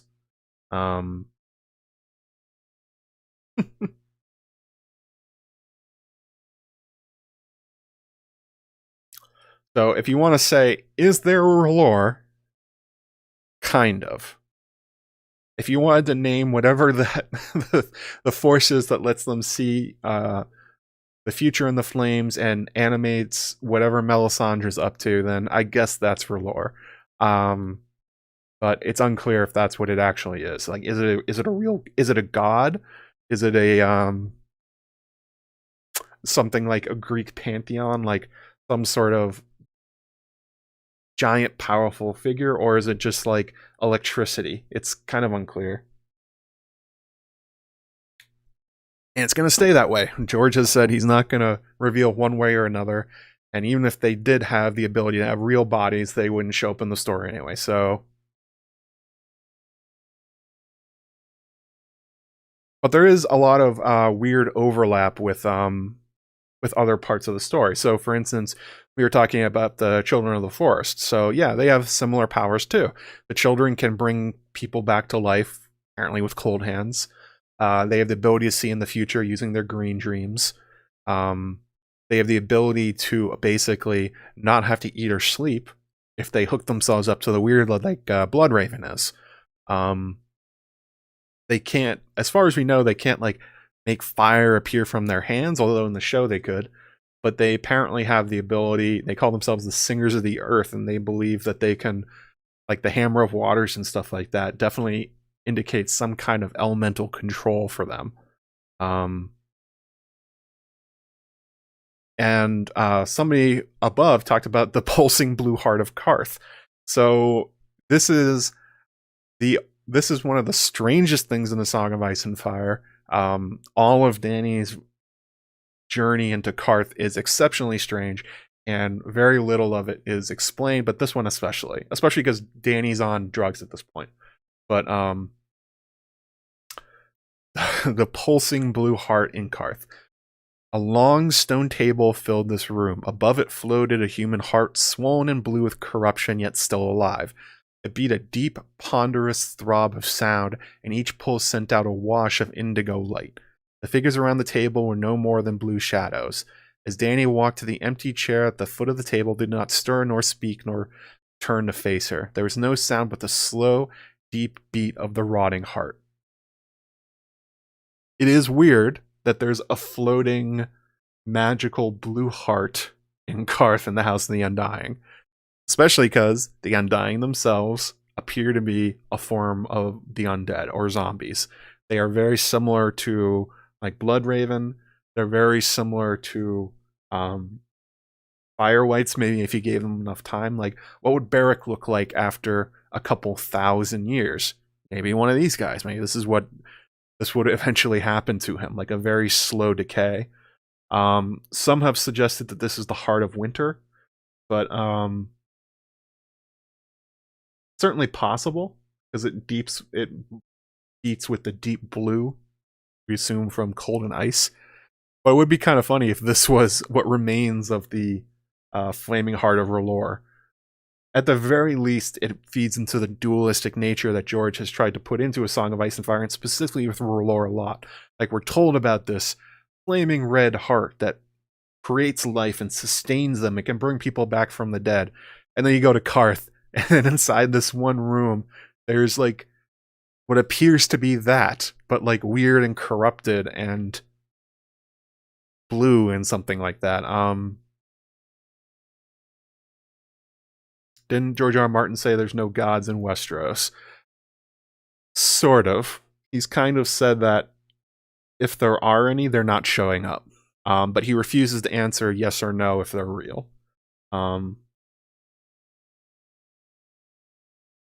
It's kind of, he waffles back and forth on it because he does like the idea of like super powerful supernatural gods doing things. He writes them in his other stories. I just don't think he doesn't seem inclined to do that in A Song of Ice and Fire. I think it would be really funny if this was the Lord of Light. If if the blue heart that Drogon destroys is actually Ralor, and that the Kartheen have him for some reason. Would be kind of funny. If it's even real, it's kind of, maybe? I don't really know. That whole sequence is very strange because you have to put it through the lens that Dany is on hallucinogens. So, yeah, I don't really know. But that would be kind of fun. And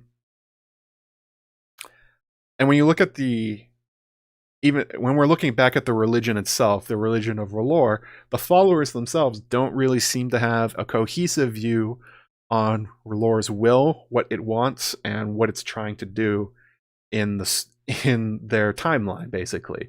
So you have Melisandre, who decided that Stannis Baratheon was Azor Ahai reborn, and then basically like faked all the stuff to make it look like he did.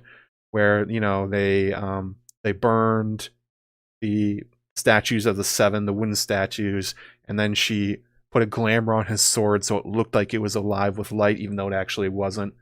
Definitely heretical a figure. She's got like a splinter understanding of R'hllor's will, although apparently from her experiences, from what we've seen in her Dance with Dragons, she experiences them in a very personal, individual way, where when she sees the flames and it like goes through her and does all this stuff to her, that it's like that it's not an ideological concept.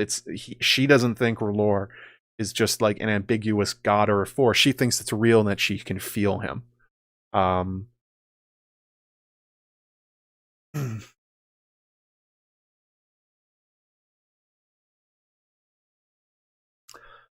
then, of course, you get Thoros of Myr, who himself is basically a non-believer red priest that then accidentally brings back to life Beric, and they just sort of it's strange what Thoros' reaction to it is rather than Melisandre, who tries to figure out the plan ahead of time and then figure out what the Lord wants and then does it, like in the specific thing to fight the others, Thoros and Beric have not really engaged with the idea of the others or the Brotherhood Without Banners in any particular way.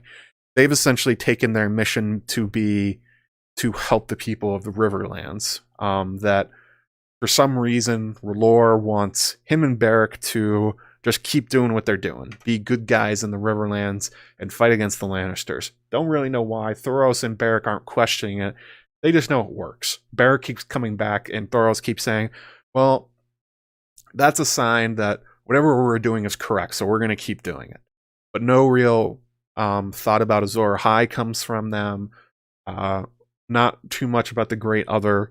It's just like, I'm trusting the plan being given to me by the fact that my friend keeps coming back to life. And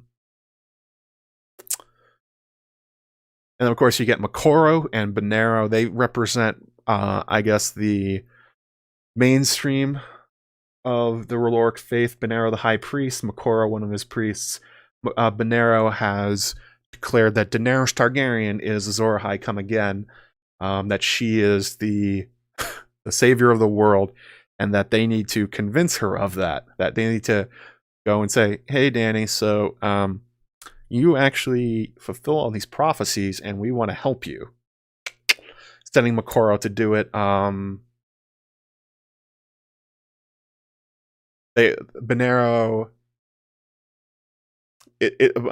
has basically taken the Maester Aemon approach that the dragons mark Dany as the hero of destiny, and therefore they have to help her.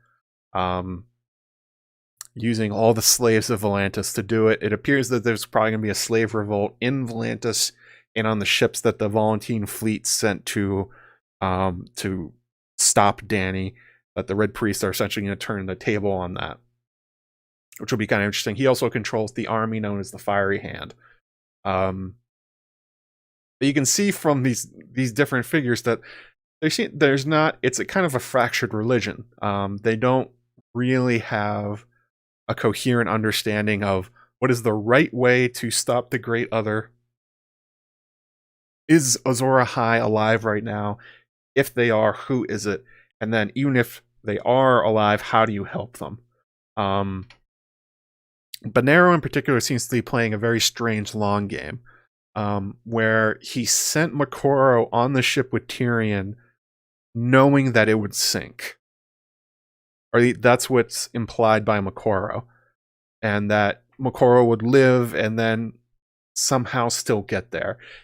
That one is very confusing to me. I don't know if Moqorro's bullshitting Tyrion at that point. He's just like, yep, there was a plan. I knew this was always going to happen. Or if they really believe that somehow the fate of the world is tied to Victarion Greyjoy, because that's who Moqorro ends up hooking up with. Moqorro gets lost at sea for like 10 days or something like that. Victarion fishes them out of the water, and then Moqorro converts the Ironborn to the faith of Ralor, like, pretty quickly. So it's a very strange situation that's going on there.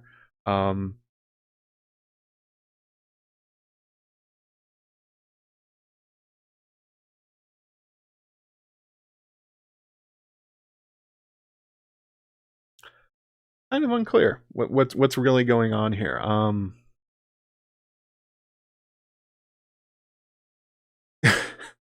If there has been suggestions that there's not one Azor Ahai, that there's a bunch of them, and that's why Ralor is setting all these contradictory messages about who should be the hero of legend that will end the darkness. It's also very possible that, as Melisandre indicated in her internal POV, that people kind of see what they want to see in the flames, and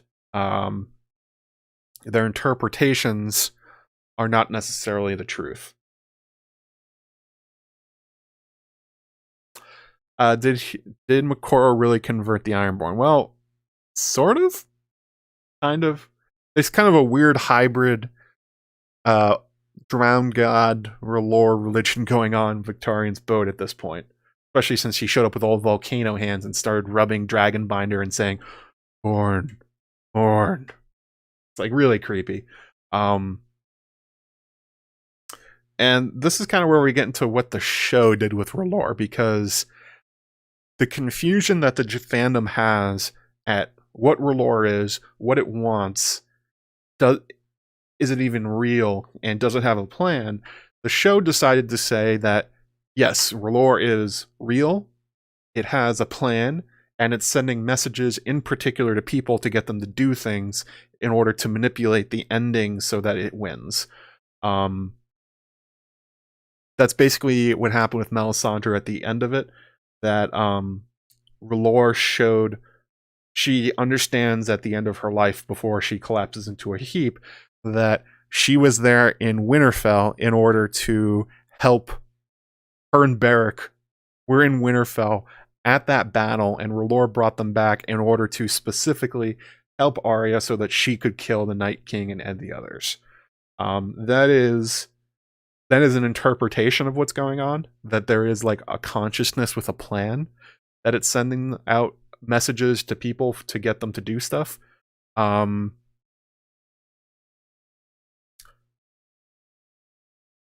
It does answer the question of why are people seeing things in flames? Like why is that a thing at all?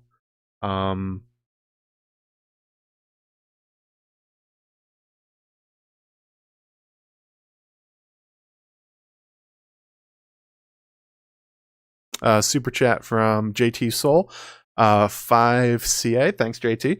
Great discussion. Thank you for answering my questioning about the blue heart earlier. No problem. It's set up in sort of the dualistic way.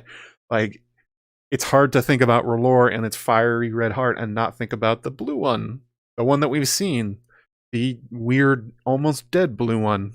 It seems magical too. It'd be strange if there was literally no connection between them. Yeah, good call, Morally. The bringing back of Lady Stoneheart.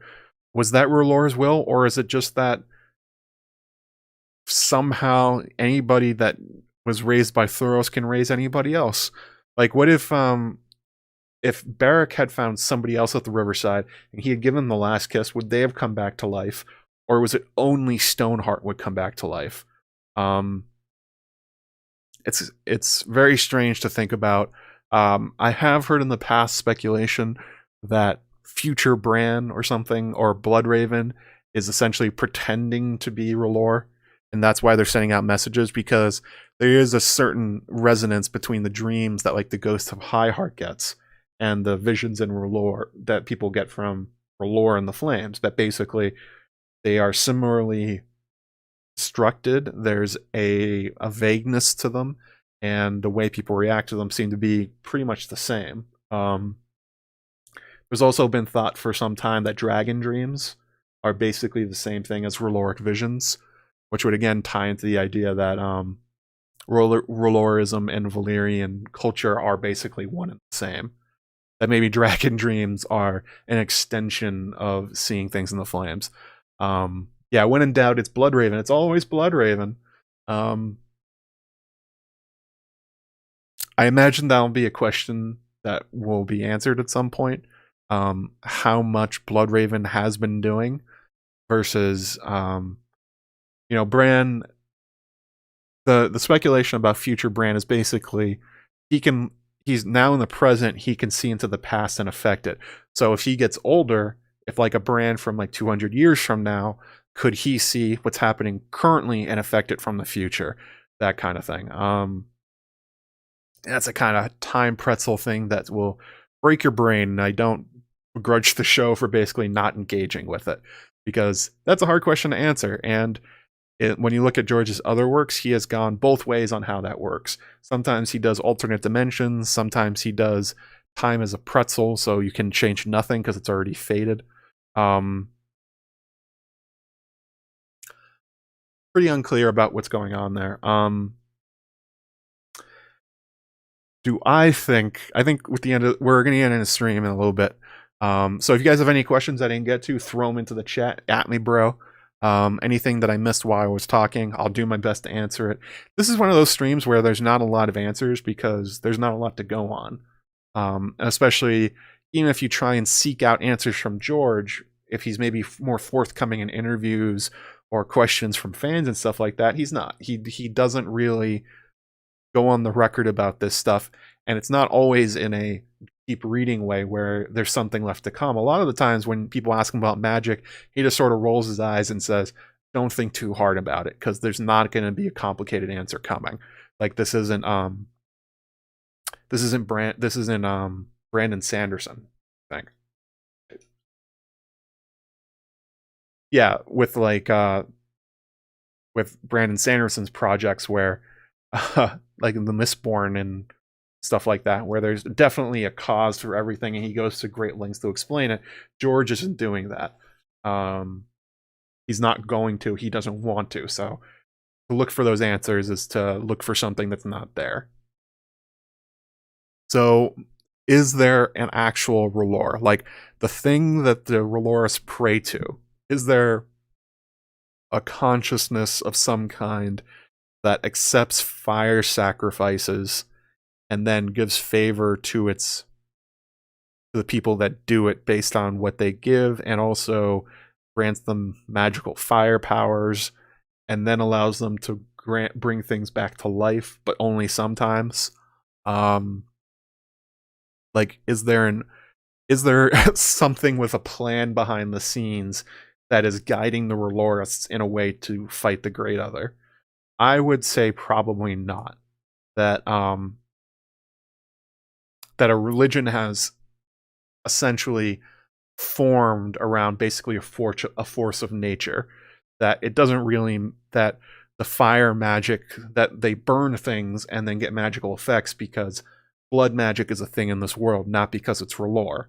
You know, people can do things with different kinds of fire magic, like the pyromancers or Bonero drawing things with his fingers, or the guy with the fire ladder, because in this world George has decided that you can use magic to create and use fire. Therefore it does, and there's not like a god behind it, like picking and choosing who gets to do it. That it's just like, if you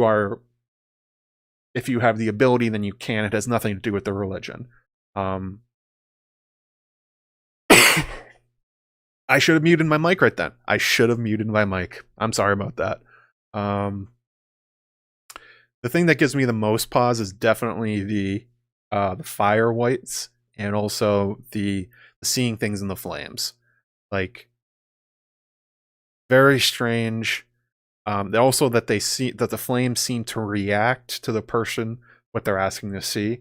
Like Melisandre believes that she can direct the visions into what she wants, but it's unclear if it's actually doing that or if it's just showing things, and sometimes it happens to be what she's asking for.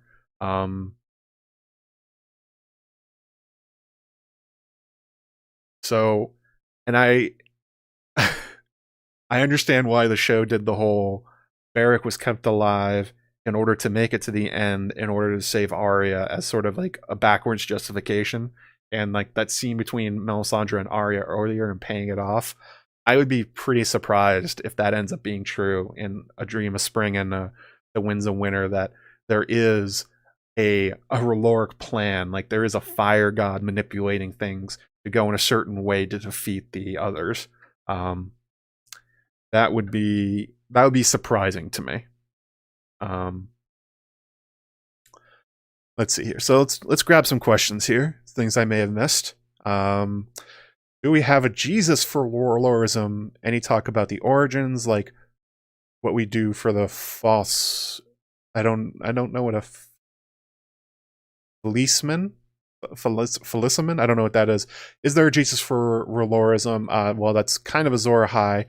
Although in questions about Ralorism and the Lord of Light, George has resisted the ideas that you're supposed to see them as Jesus and that you're supposed to see the Great Other as Satan. That's not what he's going for. That he likes the idea that it's one force with two faces, that kind of thing.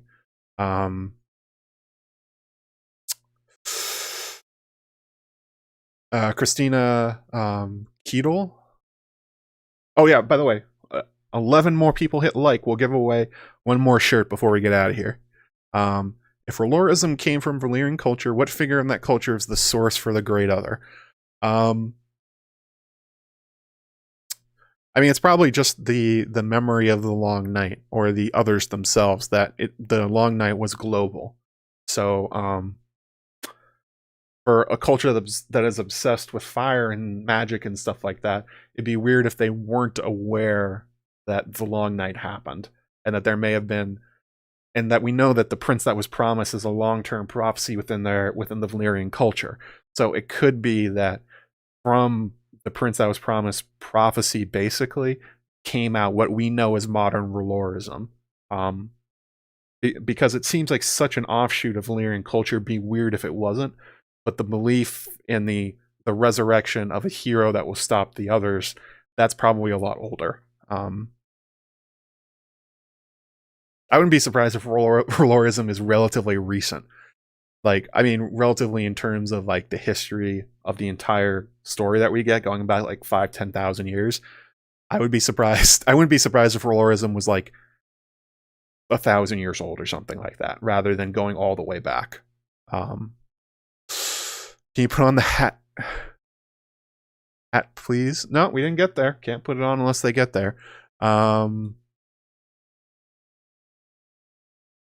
we're just gonna go ahead and end this poll. 64. I didn't. 64% think that Ralor is real. Okay. Fair enough. End poll. God, this thing's so laggy. I don't know why it's so laggy.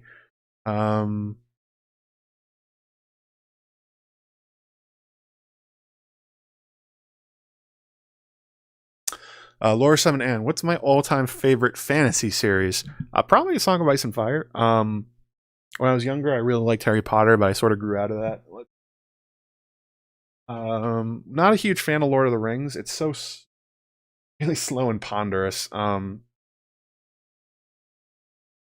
actually took me until a few years ago for me to actually finish the series, and go back and read The Hobbit and all the other stuff. And it was just like, it's better when you're older, but I didn't have a lot of patience as a young man, so I didn't get through it.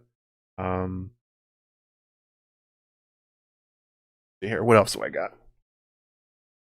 I've been enjoying Kingkiller Chronicles, but that seems to be lost in development hell with Rothfuss, kind of like Martin at this point, so who knows when that will ever come about. I've been enjoying The Witcher, but I haven't finished it, so probably Song of Ice and Fire, my favorite fantasy series.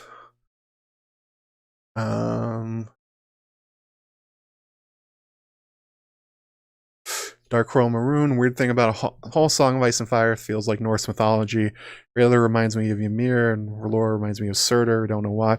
That's intentional. George does draw from Norse mythology pretty heavily for all this stuff. Yeah, the idea of the long night or a long winter definitely does exist within Norse mythology, so you're not wrong to think that. You are picking up on something he is doing. Yes.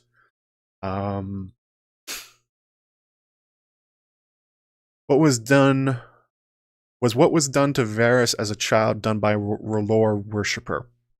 Possibly. So the story goes that Varys had his genitals cut off by a wizard that dropped them into flames, and then from the flames a voice answered. It would be weird if, like, to make a collect call to Ralor, you had to burn a kid's junk. That would be fucked up. But then again, so is burning people. So, very well could be. That one's never been explained, and I doubt it will. If you want to look at the idea that Ralor is a real thing with like a consciousness that can answer people, then the wizard burning Varys's genitalia in order to talk to a wizard is probably the closest example. But yeah, I don't know. It is a weird one. It does sound like a Raloris thing, though. They definitely like burning children. That's one of their things.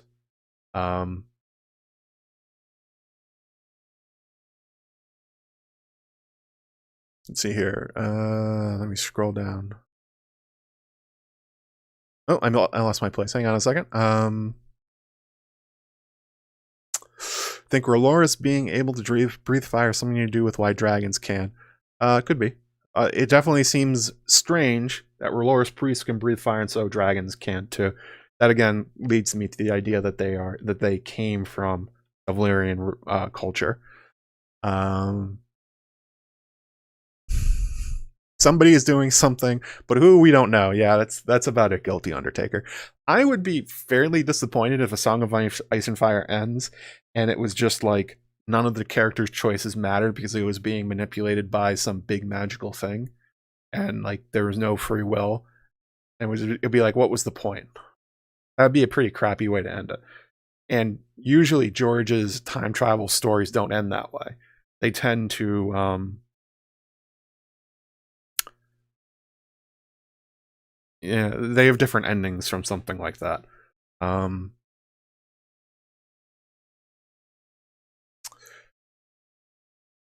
If Mel's visions didn't keep her safe, she would have died a long time ago. No? Well, she's probably a Firewhite, so I don't think she can die at all. Unless, like, somebody cuts her head off or something. And very possible she could maybe just come back to life. Who knows? Melisandre is one of those characters that continually has new and surprising things happen to her that are not foreshadowed, just sort of come out of nowhere. Oh, we hit 150 likes. Thank you, guys. All right, so let's add a keyword here, and we'll do that, and I'll grab my wizard hat. Let's go for... what would be a good keyword?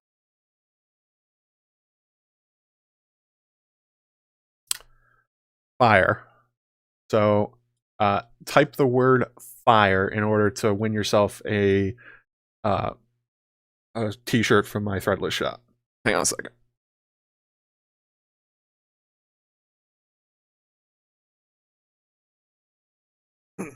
There we go. It's kind of... hang on a second. Floppy on me. There we go. A Bruins wizard. A bear wizard. Sounds like something from Bear Isle. Thank you guys for slamming the MF and like button. Let's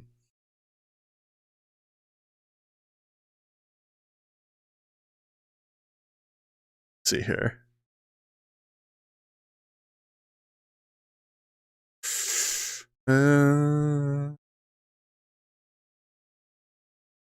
Is that an ass waffle blanket on my chair? Yes, it is. It is indeed, because it's very comfy. The thing I don't like about Kingkiller Chronicles is like the weird side quest where basically Kavoth, or whatever you pronounce his name, basically just has sex for like 5 chapters. That kind of came out of nowhere. I was like, all right, well, I guess that's one way to have somebody learn new powers. It's sex powers. All right, from the goddess of sex herself. Thought that was like, it was kind of cringy in some places, but it was also just like a weird diversion out of nowhere. I don't think a lot of people went into reading Kingkiller Chronicles expecting it to suddenly just take like a several chapter detour into the intricacies of fucking. Very against expectations. J.R. Tolkien basically copied all the sagas, and Lord of the Ring influences pretty much all fantasy. Yeah, Tolkien had a weird thing where he wanted to sort of make Norse like Catholic. It's kind of strange. It's kind of like the 7-in-1 that George plays with, where he wanted to use those kind of old sagas and stuff like that, but still have them be underneath the one true God idea. Very strange. Yeah. Currently rereading The Hobbit. I think rereading The Hobbit takes about five seconds. It's really short. Does that mean Lee Stoneheart a fire, or was she more a water white? Oh, she's a fire white because Beric brought her back, so definitely a fire white. Yeah, Kingkiller is hard to read though because Kavoth is such a dick, and you're only in his POV. It's you kind of have to enjoy the story while also getting over how unlikable he is.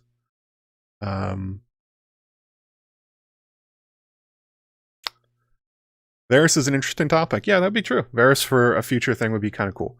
Let's see here. As you can see, I'm scrolling from quite a long ways back while you guys are furiously typing fire in the chat. Thank you, by the way. Well, once I catch up to the chat, we'll go ahead and roll. Series ends with a board cube coming down and a giant ASCII middle finger. Sure. Yeah, it sounds right. I can see that one. Fire whites can die. I meant they can't die from natural causes. Like Melisandre, it doesn't seem like fire whites can die by getting old or by like getting disease or something like that. You have to like hack them to pieces like a zombie or something like that. I think let's bring them back anyway. More interesting would be magical things. We're trying and failing to manipulate events, like Littlefinger's line about the pawns getting wills of their own. Yeah, that would kind of mirror what we're being told by Melisandre about reading the signs, and like George's repeated thing that, you know, sorcery is a sword without a hilt and something like that. It'd be disappointing if it was actually, by the way, no, the sword has a hilt if you just know how to use it correctly. And no, the pawns never have minds of their own if you're smart enough. Like that doesn't seem like a good, satisfying way to complete that theme. But what do I know? Guilty Undertaker's wearing your ass waffle shirt. It's a good one. Let's see here. George is gratuitous with some of his sex scenes, but they don't tend to be back to back to back in like the way that Rothfuss did it in the middle of the second book. Really just came out of nowhere.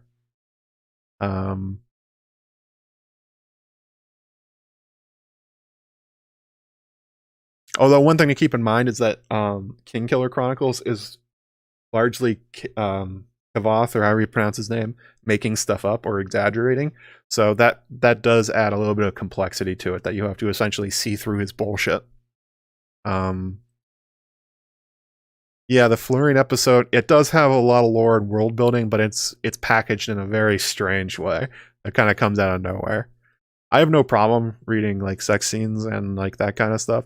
It was just like the story ground to a halt for it. It was an interesting pacing decision, to say the least.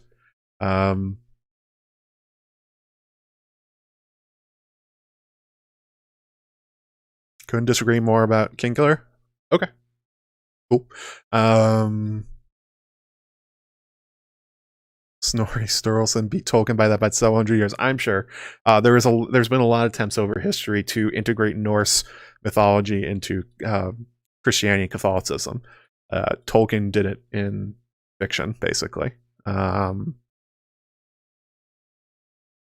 right, let's roll this bitch. Let's see what we got. Soter, Soter. Congratulations on winning. You can send me a message on Twitter via DM. My DMs are open.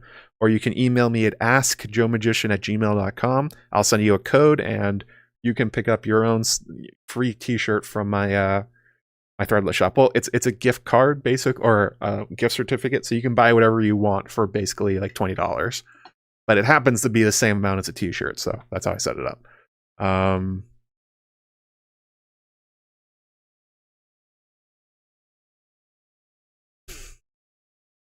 I think that's probably about it. I ran out of stuff to talk about on my document. I don't know. Is it a good stream with me ending going like, I don't know. But that's kind of how I feel about Ralor, and I think that's sort of intentional. Is you're not really supposed to know one way or another how real it is, or if it's real, if the followers even have a correct understanding of it. I think it's supposed to make your head scratch, and it's supposed to be otherworldly in a sense. George likes to do that in particular with like very like fantasy concepts, where he finds that it increases the enjoyment of the audience if there's stuff you don't know, that it seems mysterious, that there's that it feels like something beyond comprehension. That's the general feel he likes to put into these things. So it's not really surprising that he did that with Ralor. What this like big powerful mechanism god magic thing that is pushing the story forward, and it would be pretty interesting if it ended up just being nothing, or if it was just like somebody, like, imagine if somebody like turned on and off the lights to somebody that doesn't understand electricity, and then trying to like figure out how that is a like message from the gods or something like that. It could be that for Ralor. They just don't understand it.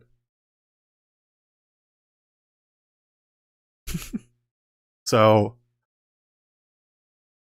but you know, there are other stories that are much more on the nose about explaining what's going on within them. Like I said, Brandon Sanderson's series is very much more on the nose about explaining the fantasy and supernatural things, along with Philip K. Dick in the Dark Materials series. And that one, basically, by the end of it, everything gets explained, like down to a really granular level. And I guess in a sense that sort of ruins the mystery, or the sense of wonder that comes with them. Although for those guys, they don't think that way. They think the sense of wonder is understanding it. George has written a story about that in the past with if you ever want to go back and read some of his stories, one of the most informative ones about his outlook towards writing and how he wants you to engage with his work is called With Morning Comes Mistfall, in that he engages with these topics directly in a way that isn't really narrative.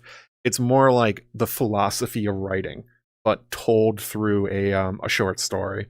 So With Morning Comes Mistfall, he ends up coming to the conclusion basically that I could explain everything that's going on here so that you, the audience, understand, and I wrap it all up like a mystery, but then what would be the fun in that? That's basically what he goes for.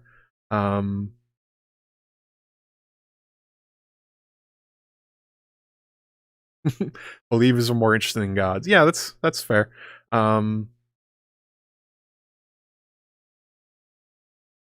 Is there magic in the Trident River with the dead?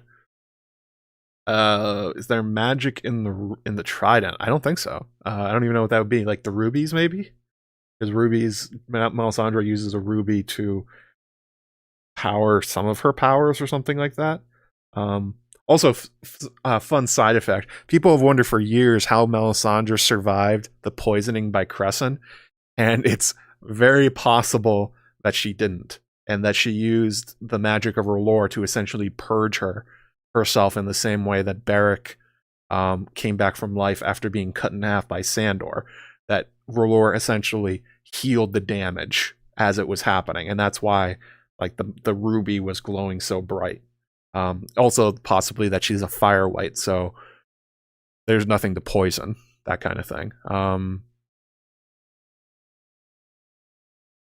Oh, good question. Was Lady Stoneheart's resurrection made possible in the mass blood sacrifice of the Red Wedding? No, I don't think so. Because Beric just sort of comes back from the dead randomly, like just whenever he happens to die. And it killed him to give up his life. So I think if there was like a sense of like overflowing blood magic available that allows for Stoneheart's resurrection, then I don't think Beric would have had to die, right?